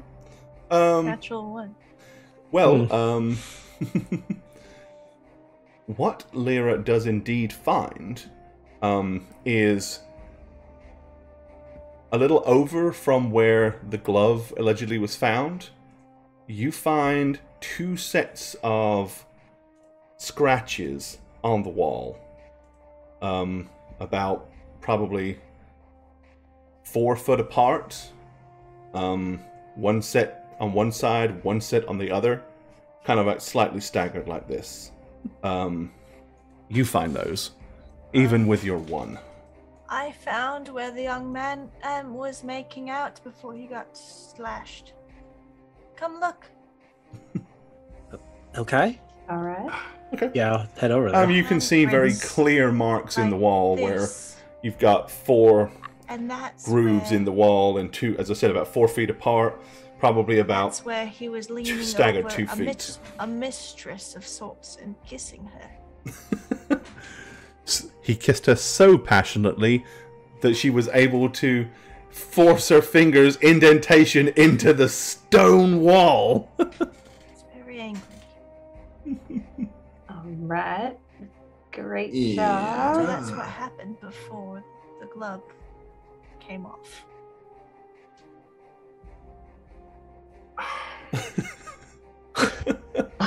That's why the gods didn't do anything. It was just 2 lovers at midnight. Making indents into a brick wall? Right, and then slashing a glove. Hey, they were really going at it. I mean, Yes. I know it's been a while for me since I've, taken up a lover, but I don't know what they're doing these days, but that seems You two aggressive. had to be celibate. I thought that... No, you don't have to be celibate. No, I just, been focused on the one, the only man for me, Pelor. When someone is mighty enough to take his place, then maybe that will change. But until then, Maybe. Pelor is my only true love. Well, thank you for that, Lyra. Whether you buy Lyra's story or not, the marks are clearly there. Yeah. Is there any activity going on in this building over here? This L-shaped building? It's a house, a fairly new built house, but one of reasonable size and quality. Certainly nothing of the grandeur that you just left, but it isn't a hovel by any means. Yeah, I'm gonna walk over to the door. Okay, the door would be this end of the house here. And I'm just gonna knock on the door. Okay. A fairly kind of like rotund and robust man with balding hair. He's got bald hair on the top and like a little bit of a Picard haircut around the sides. Opens the door and smiles at you and says, "Yes." Hi, I am helping a friend find his lost son. Apparently, evidence of his abduction was taken not far from your establishment. And I'm going to point towards the location of my comrades, whether they followed me or not. He just kind of like leans and looks that way. And? Well, it happened a couple weeks ago when the moon was weird. Okay. And I was wondering if you or any resident of your house saw something outside that side of the house. Towards the guardhouse, anything strange. Well, I certainly didn't, and nobody in my family mentioned anything, so I would assume not. You didn't hear any strange noises or howls or something? Screams? How late was this? What, do you have a specific memory in mind? Because that No, sounds like you just remember I something. don't recall any strange noises, but it's entirely possible. If it was late at night, I was asleep. You never woke up in a cold sweat, maybe having thought you heard something? I but wake up in didn't? cold sweats many evenings. Okay. I guess one other question. Thank you for your answers. How active is that guardhouse at night usually? Like, are guards coming and going to and fro all the time? It's one of the reasons I chose to build our new home right here. It has a beautiful view of the park and is very close to protection. Anything funny happen in that park? Define funny. I'm gonna look back at Fifty and Venifer, kind of sigh, and go, demonic maybe? Mm-hmm. Uh-huh. Thank you. What is this about? These are rather very specific questions. Thought you said you were investigating the disappearance of a friend. Now we're talking about demons. Sounds like someone who's seen a demon. Yeah, that's right. We're just trying to find out what happened. You seen any demons lately, sir? Have you been reading stories? Have you been listening to bards? Are there stories? Are there bards? There was a story. There was a story that several years ago, a demon appeared in the park with horns, red-skinned, and made a pact with some heroes or something. Is this real? Would I have no clue if it's real. I'm just saying that there was a story. Would I have heard this story, Gore, with... Give me a knowledge. Do you have history as a thing? History, I don't know. Let's see. I mean, it's funny because I do. Well, there's no knowledge history, but I don't have any modifiers to history. No, it's intelligence, so no. Let's see. I figured it might be a religion. If you would have heard the story, it's not really a specific religious thing. Okay. But there is but there is a history skill. Yeah, I have. It's an intelligence, so I don't have a proficiency to that or anything. Okay. Needless to, you can still roll on it. Okay. Yeah, just in case I heard, it's possible. It is something that you might have heard. Okay. 17. Maybe you have heard of a story of a demon apparently being seen appearing in a park. Maybe you don't necessarily know it specifically this park, but it does ring a bell. Okay. Yeah, I've heard stories. There's a lot of stories that kind of sound like that, so I think it just might be one of those tales people say, but anybody that with that conversation happening, anybody that wants to make a history roll can. It's if you might know more. It's not like you'd only remember that if you know what I mean. Yeah. Right. Yeah. Okay. Lasticus hasn't heard that tale. I haven't really spent any time in this. Yeah. Fenifer probably not. Again, you might have heard something about demons appearing in parks, distributing favors, but yeah. Okay. Go ahead. Yeah. Yeah. Okay. Sorry to bother you. Thank you for answering all these questions. Is there an artist in town? With that, he kind of starts looking either side of his business, of his building, and then he kind of puts the door aside and stares at the outside of the door.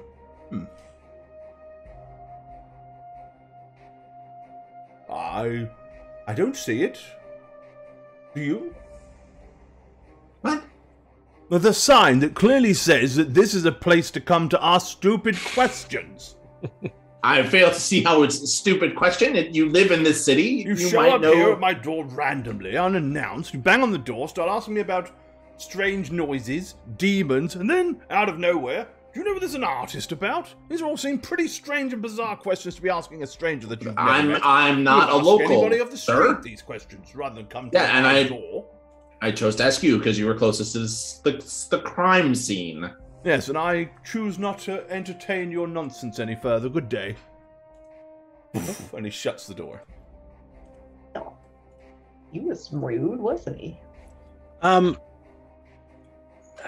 Did he just seem like done, or did he seem like he didn't want us to keep pressing on questions? Because it caught his, you know what I mean? Like when we mentioned demons, he really like stopped for a second. Yeah, he's hiding something. Yeah, so I just wanted to see if, because I was really watching. That's when I really stepped up to. I mean, I was like, you saw my face. I was looking. Because I said it sounds like someone who's seen a demon. Insight. Okay. Yeah. I mean, clearly he was agitated by the entire situation. He could have had something to hide, but it is very feasible that, again, you show up early in the morning, unannounced, knock on his door, and start asking him random questions. He's not with no tact whatsoever. It's fairly likely that he's just agitated with the situation. Okay. Why? Like, there's a city watch right there. There's people wandering around the street. Yet you're going to choose to come and bang on my door to ask, is there an artist about? Right. Yeah. Yeah. Okay. No, that's because that's no tact. He's not subtle at all or diplomatic. He's not Diplodocus. Okay. Okay. Well, you think an artist is really gonna like? You think that's the best thing to do next? No, honestly, I was just thinking if we can get a likeness of the moon as it looked, we could use it as a prop to ask questions. Like, do you remember this moon? An idea? Have you seen this moon? Yeah. Or maybe information leading to the capture of this moon offers maybe a lot more people. Maybe that image has been drawn in other books of history that has some relevance that I could research. I mean, that was my line of thinking. Might I suggest we talk to the guards who should be watching this area? That's a very good idea. Very astute, Drunk Lyra. That's your new name, Drunk Lyra. Not Lyra the Legendary Ranger, but Drunk Lyra. Yes, let's do that. Yeah, then we'll go to the artist and work on a moon picture. Right. I'm trying to bring you into my I love the process. creativity. I do. It just maybe we start with the guard. No, we'll start with the guard, of course. I mean, I just want you guys to see how I operate in my investigations. It's you a lot of research and trying to find connections, and that's how you find lost tomes and cairns and dungeons that have valuables. There you go. Okay. There's your artist rendition of a moon with a teardrop shape in it. Okay. Oh, there it is. Magnificent. Thanks, Gore. Just a step ahead. Yeah, we're gonna go to the guardhouse, I guess. Okay. All right. Yeah, I mean, these are like... So, the City Watch here and the Guard doesn't really have... I mean, it has a main barracks, which is kind of all the way at the far... the other end of this wall, to be honest, the long wall. But it has these 4 little outposts. So, they stay and they operate from the main barracks, but during the day, to be efficient... Each guardhouse is kind of responsible for covering a quadrant of the city. So, this one here would be responsible for everything between the main gate, the palace, and north of that. So this area here. Kind of like the mercantile area, the park, and then where some of these other houses are, and also the the magistrates. But yeah, there are definitely numerous guards here. It's kind of like got a big open archway entrance. There is a huge door, but it's open at the time. Through that door, you can see, a couple of large round tables with chairs and several guards all sitting around and, having breakfast and chilling out, while others are clearly, obviously, out about on the streets patrolling.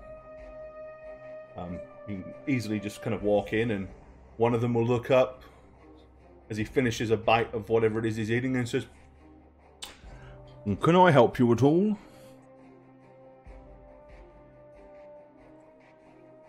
I thought Lyra was going to take this one. Gods, please. Can we speak to the gods? You are speaking to a guard in the accompaniment and presence of other guards. Can I help you? I don't think I should be the one to talk. Are you all right, miss? Well, Seem a little bit under the weather. Yes. 2 weeks ago, the moon was fishy and something happened outside this establishment. Okay. And it's right next to the guardhouse. You were here to report a crime then, am I to assume? I'm just saying if you know about the crime. Well, we are guards and we tend to deal with many crimes. A crime that happened 2 weeks ago under a fishy moon. And there's a bloody glove. Bloody glove? What's that, like a fucking pair of boots? I mean, what do you mean? No, it's a glove. It's not a boot. Yeah, I'm not familiar with the incident you're referring to. Who watches this corner by the wall here at night? Well, nobody individually or specifically, but obviously this area is patrolled actively by the constabulary that operates here. So who can we talk to then that would have seen what happened 2 weeks ago? Any number of us here may have been on duty. It was a weird moon.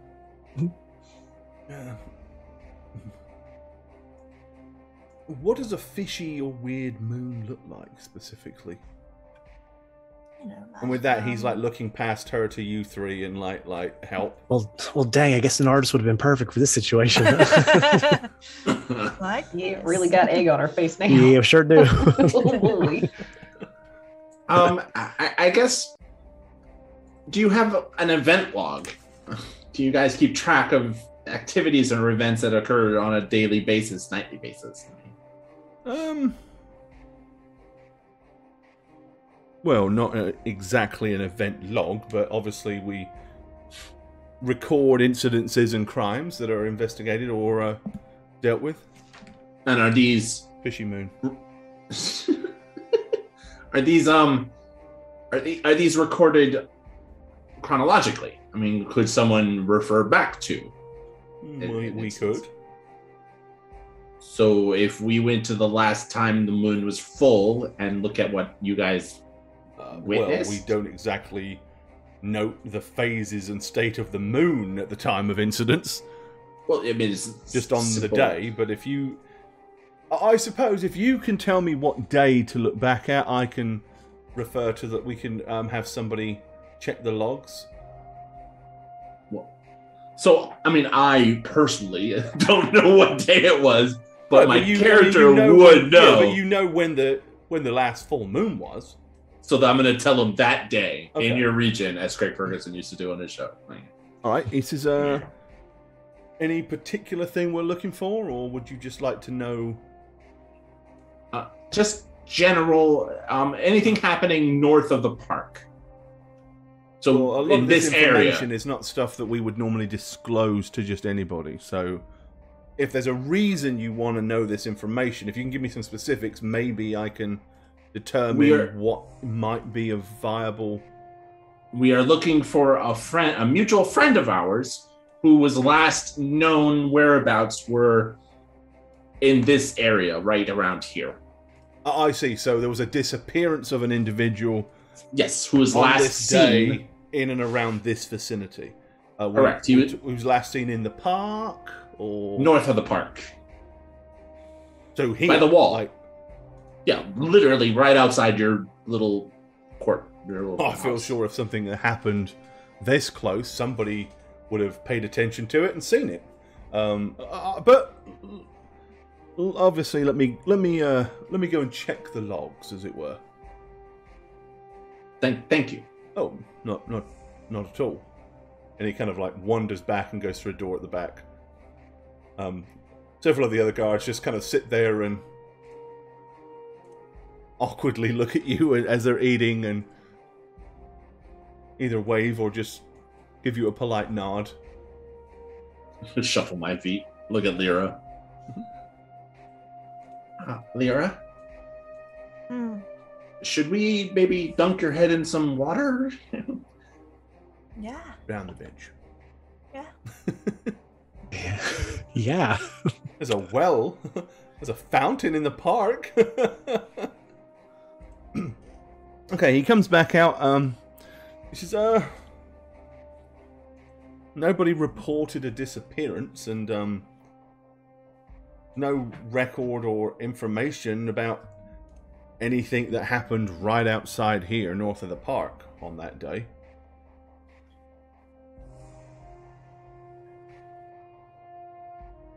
He says, but you said it was a strange moon. What was that? Like a moon, crescent moon?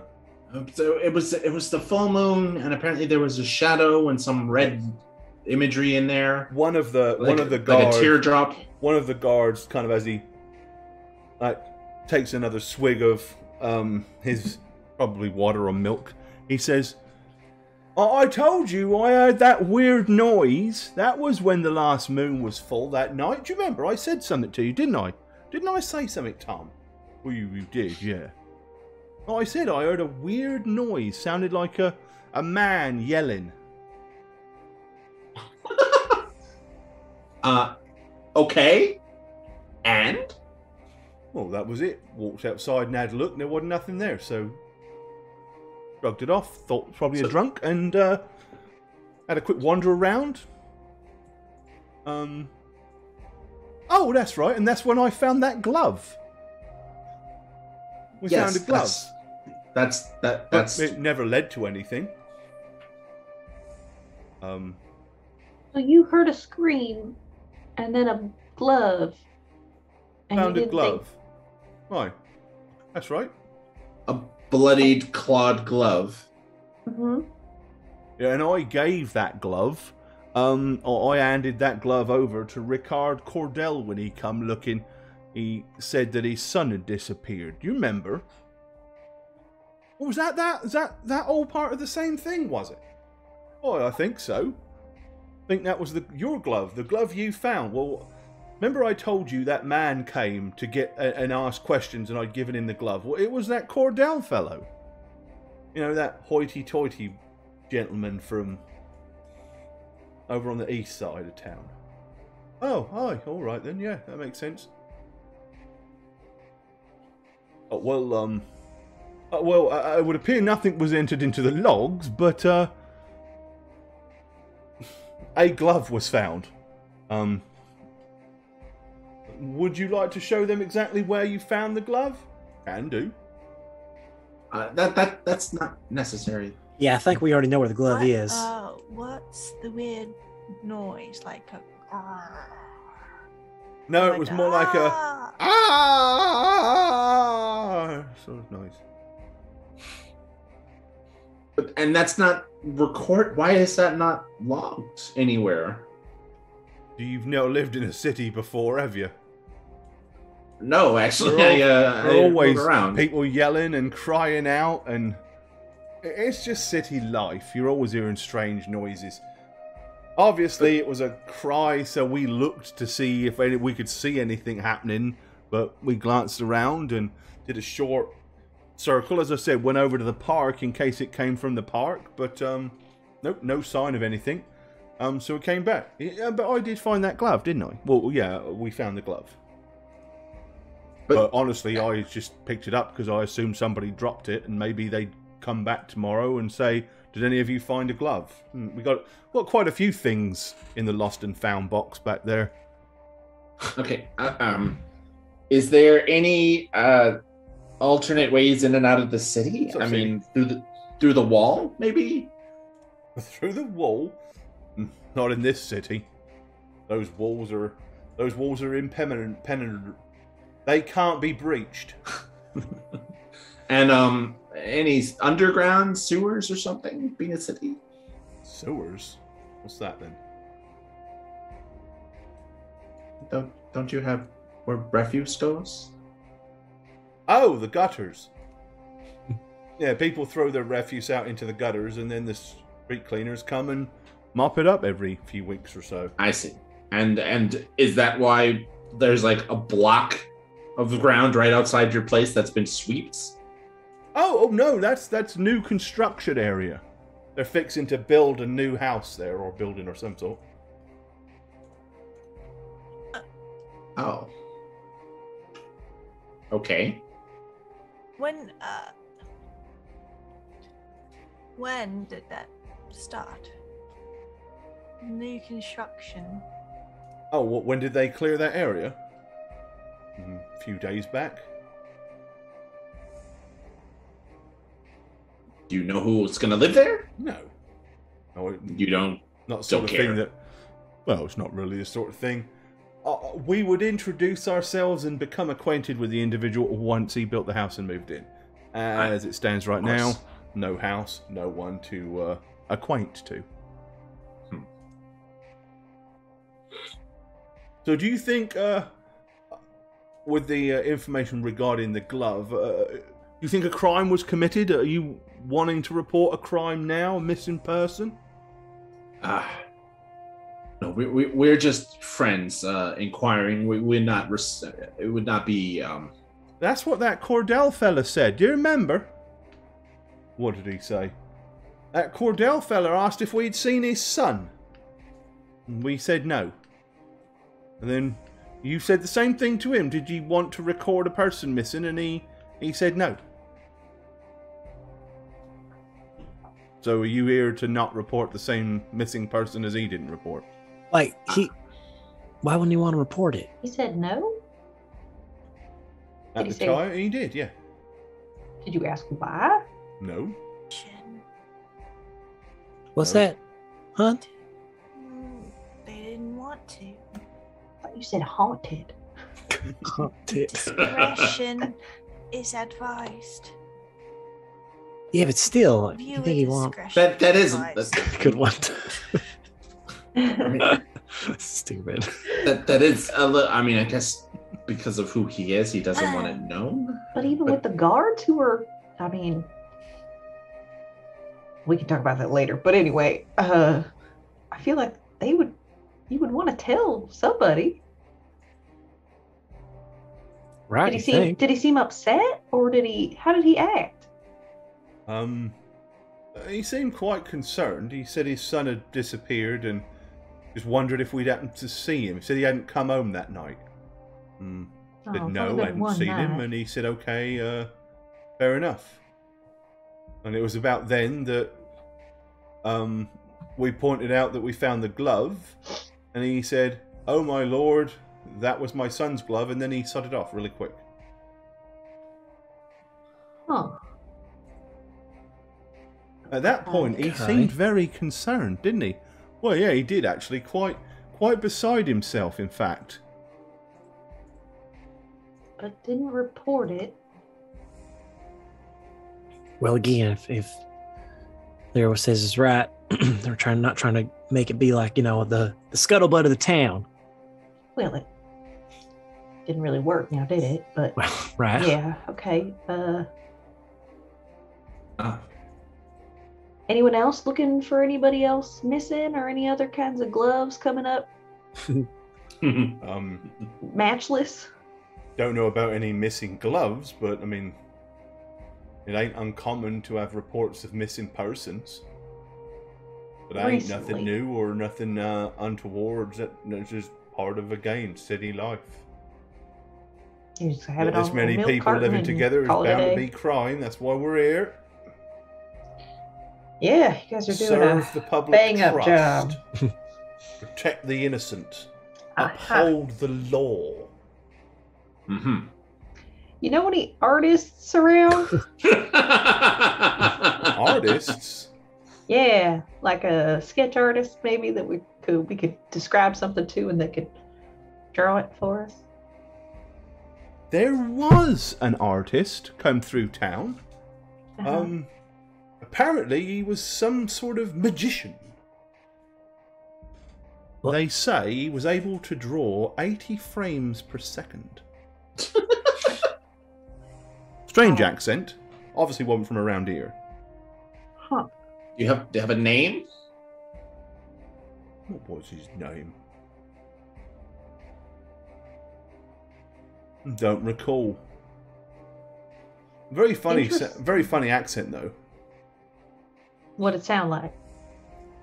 Oh, hello, I'm from not around here. I'm an artist and I draw stuff. No, it wasn't quite like that. I know them. You did? Yeah. Sounds What? familiar.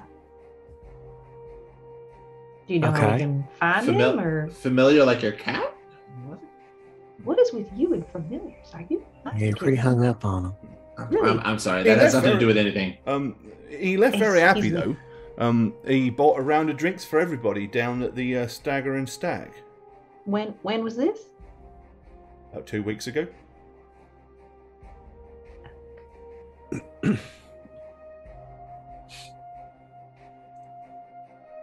Moon then 2 weeks ago. Said Did he say? Yeah. he had done a commission of a number of pieces and had got paid handsomely for his work. All right. Well, that doesn't seem too demon-y.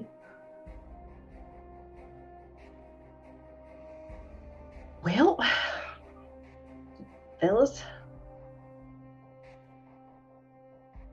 It. I'm a little stumped, not gonna lie. Yeah. I mean, I guess we could look at those claw marks again. wait, I got a question. You might not be at liberty to say these kinds of things, but in the interest of trying to help the family, we'd appreciate it if you could maybe tell us about this. Is there anybody in town that maybe isn't a fan of the Cordells or the son in particular that might have made him disappear? Is there any feuds going on we might want to address? I don't have any individuals in mind, but I can tell you that the rich and wealthy do quite often incur the disdain and the wrath of the less than wealthy. Right, of course. So who might want to see them not do so well, Well, would you say? If you could pick like maybe 2 or 3 people? noble families that are beneath them in the proverbial pecking order. Yes, Maybe right. servants that they had ill-treated in the past. Maybe business rivals. Could Who go would on. be like the next house down? They don't get along with that well. Oh, Like they don't come over for dinner parties. Don't really keep up with the, the hierarchy of the social ladder that goes on here. That's fine. Is there like a town gossip besides the bar that might know like who's feuding with who, and like a little newspaper of some sort, kind of giving y'all the Newspaper. stories? Have you heard of one of those? Like what happened for the day? No, but if you're looking for somebody that is always up in everybody else's business, Yeah. there's that weird fella that runs that animal store. Animal store. Terry, his name is. Perry or Terry? Terry. Terry. Okay. Where Weird sound. might that be? You want to talk about weird sounds and find some pretty strange bloody sounds coming from that friggin' place at night, I can tell you. It's down on the main street. If you head out of here, back down to the park, follow the road.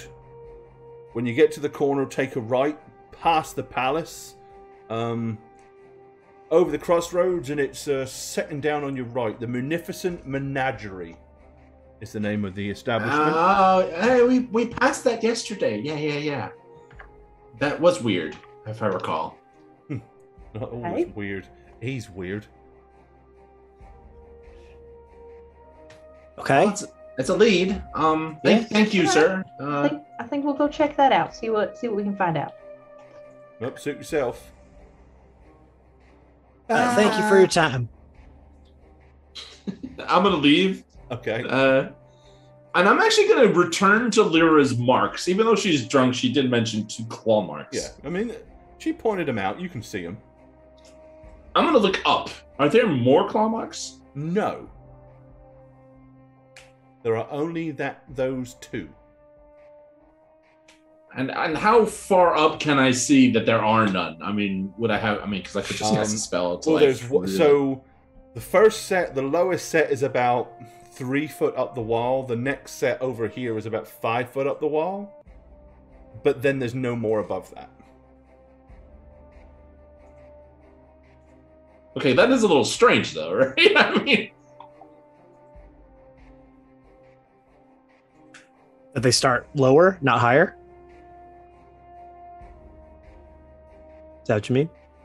well, yeah. I mean, why just those 2 hands? Yeah. All right, I'm just for the sake of my sanity, I'm gonna cast Arcane Eye. Okay. And I'm just gonna send that invisible sensor up the wall beyond my vision, to see if they ever reappear anywhere around or upwards. Okay. So you can send it like 30 foot up, 30 foot left, 30 foot right. Yeah, where you are. I'm just gonna scan the wall, basically. Okay. I guess then you need to give me a perception check. Because the eye itself does nothing more than extend Just let your me ability see. to see. So Yeah. Yep. 15? Okay. No, you don't see any other similar marks or anything anywhere else other than right here. Not in this 30 by 30 area. Okay. I guess I'd send it to 30, the very 30 foot takes you almost to the very top of the battlements. right, and I would look over the battlements. I mean, for the duration. Obviously, I'm not going to spend an hour here, but for however long to go over the embattlements down to the other side to see on the outer wall. Well, it can only go 30 feet though. The walls here are 30 foot high. You can move the eye up to 30 feet in any direction. There's no limit to how far away from the eye you can move it, but you can't enter another plane of existence. So I could send it 30 feet, and then 30 feet, and then 30 feet per round. Oh, okay. Yeah. Yeah. That's it. Okay. Yeah, it can travel as far as I want, That's as right. long as You're it's right. not. Yeah. Yeah. Let's see. Yeah, that's your action, is concentrating moving at 30 feet. Yeah. Right. So beyond that wall there to the north, it goes to the forest. There's a huge lake that way and a forest that way. Okay. And the outer side of the wall is clean or not clean, I guess is a weird It's word. not clean. Right. Clearly the wall has seen its fair share of incidents. I mean, there are chips in the wall, cracks in the wall. I mean, obviously, and there has been attempts made on bringing this wall down, but none of them have ever been successful. Okay. All right. If I don't see any repeat of those claw marks, I'm gonna cancel the spell and shrug at everybody and be like, yeah, that's the only 2 times they've appeared. I don't know what they signify or what they mean. Very quietly, Gore, I'm going to have sort of turned and just said oh dear mighty Pelor, I know we're dealing with ourselves a demon here, and I just feel it in my bones. If you could please give us a sign, point us in the right direction to save this child from this demon's grasp, I'd be forever grateful. In his name, amen. And I'm going to cast Divine Intervention. Okay, all right. Give me a roll. Yeah. Let's see. I know it's a long shot, but still. Hey. Might as well just give it a shot here. Oh, Absolutely not. No. I'm going to peek my eye was open. like, I'm napping. Okay, just give me Give me my baby 40 girl. wits. Next time. He's gonna get you. I'm gonna rub her shoulders a little bit, like you got it. One of these days, Pelor will listen to your pleas. One day, and that's all right. I know that when he does, it will be the time that it is most needed. And so I am sick and tired of this porridge being cold. He's saying we got this. He's saying we don't need his help. He's saying we don't need his help. We are strong, independent women. We can figure this out. I know. I just, just see if we can get a little hint. But I understand everything's a test, and we just make it stronger for it. I get it. Okay. Yep. Is there anything you can do, by the way, to sense there's some sort of evilness or something? We've kind of discussed this I know, already. but still. You're making me feel a little self-conscious about it. I really wish the irony of it is that literally, yes, Fenifer can sense the presence of demons. That is one of the things she can sense. Yeah. Yeah. Fiends and demons, angels. There's got to be something around, though. I can't just... I know. I mean, I'm plumb out of my things I can really do to kind of... I think we go talk to this Terry fella, see if we can at least get the scoop on why he was targeted. Okay. I think you're right, yeah. Plasticus? I agree. I'm just trying to figure out how, unless it was magically done, how someone could vanish in a corner of the city that doesn't have an immediate way out except up. Well, I think it is magic. I think that's what we're kind of... I got it. Yes, Lyra, yes? you in the back? Turned into mice. Okay, well, we do know that is a possibility, so good. It's not the craziest thing. I'm going to... wrong answers here. Lyra, I promise I'm gonna show you the glove again when you're sober. Maybe you could glean more. I'm sobering up. Good, but you and I are going to investigate the glove closer when I have something prepared and you are like a not seeing double. Magnifying glass. Correct. 2 gloves. Like a what? Let's go to the menagerie. Magnifying yes. glass. Yeah, close enough. Yes, let's go to the menagerie and pursue what we can. All right. Yes, so you head down the street to this building right here with a bizarre kind of sign that it says the Magnificent Menagerie, and then it's just a splash of pinks and purples and fuchsias and lilac colors and orange. It's not really a design of anything, just a splash of colors. And you can indeed hear noises of different, probably felines and birds and other creatures from inside. Okay, and that is where we are going to end it today. We'll visit with Terry in the Magnificent Menagerie next session. I have a feeling I know where this is going, but I'm not 100% sure. But or it might not be anything like that. But man, hey, maybe I know it comes to my mind when I hear about all this. Hey everyone, Shagget here. Thank you for watching our 10th campaign on How Reroll set in Akonis. That means I've done 10 of these outros, and while I usually try to be creative or unique or funny, I figured with the 10th one I should just shoot straight, especially considering this campaign is gearing up to be the funniest we've done. At least I hope so. I mean, how would I know? You can follow me on Twitter at ineb_combos or on Twitch at twitch.tv/Shagget. Take solace in the fact that I didn't read off of a script this time. And that shows how bad this really is. But thanks. See you guys. Hi, I'm Jade, and I play Lyra Hello, Grant. it's me, Lyra, the legendary ranger, at your service. You know me already, but what you didn't know is I've been playing Jane on How Reroll for the past 8 years now. I've done it. I've spoken my truth. I've let the cat out of the bag, alright? It's just me with a baseball cap on, that's it. So if you'd like to follow my character Jane on Twitter, you may do so at Jane on Twitch with a 0, not an O. And you're probably wondering, Lyra, what's that beautiful crown that adorns your head? Well, when people start calling you queen, you must look the part. So dragons need slaying, people need saving, yada yada yada. I have to go, so busy. All right, toodaloo, goodbye. Oh, and peace, suckers.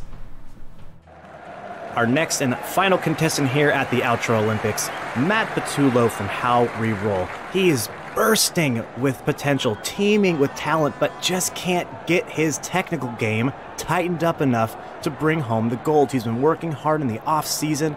Let's see if he can put something together here magical, bring home the gold. Streamer ready. Hi, The Snuggler, Instagram, _, Twitter, Matty Sweet Tweet. Thank you for watching.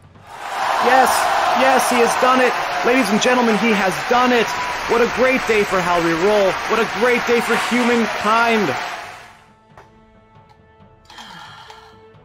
What do you know? All 20s. Oh, sorry. I didn't see you there. It is I, Christy. You may know me from such campaign as the last one. Anyway, now that I'm a seasoned D&D player and streamer, I'm sure you're going to be wanting more of my excellent content. You can find me in that, but mostly me, on our D&D podcast, New Crits on the Block. And if you just can't get enough of my perfect eye for wit and whimsy, you can find me on Twitter and Instagram at Chris Tactics. Anyway, I should get back to this delicious glass of 20s. Cheers! Hi there, I'm Gorbad. Welcome to the Orc's Nest. I'm the Dungeon Master here on How Reroll, and if you'd like to follow me personally, you can do so on Twitter at Gorbad. Check out thedmblog.com for all things Dungeon Master and Dungeons & Dragons related. And of course, you can follow me on twitch.tv/Gorbad. Also, guys, don't forget to keep up with all things How Reroll. Follow us on Twitter at How Reroll. Check out the website www.howreroll.com and make sure you follow us on YouTube as well. Cheers, guys.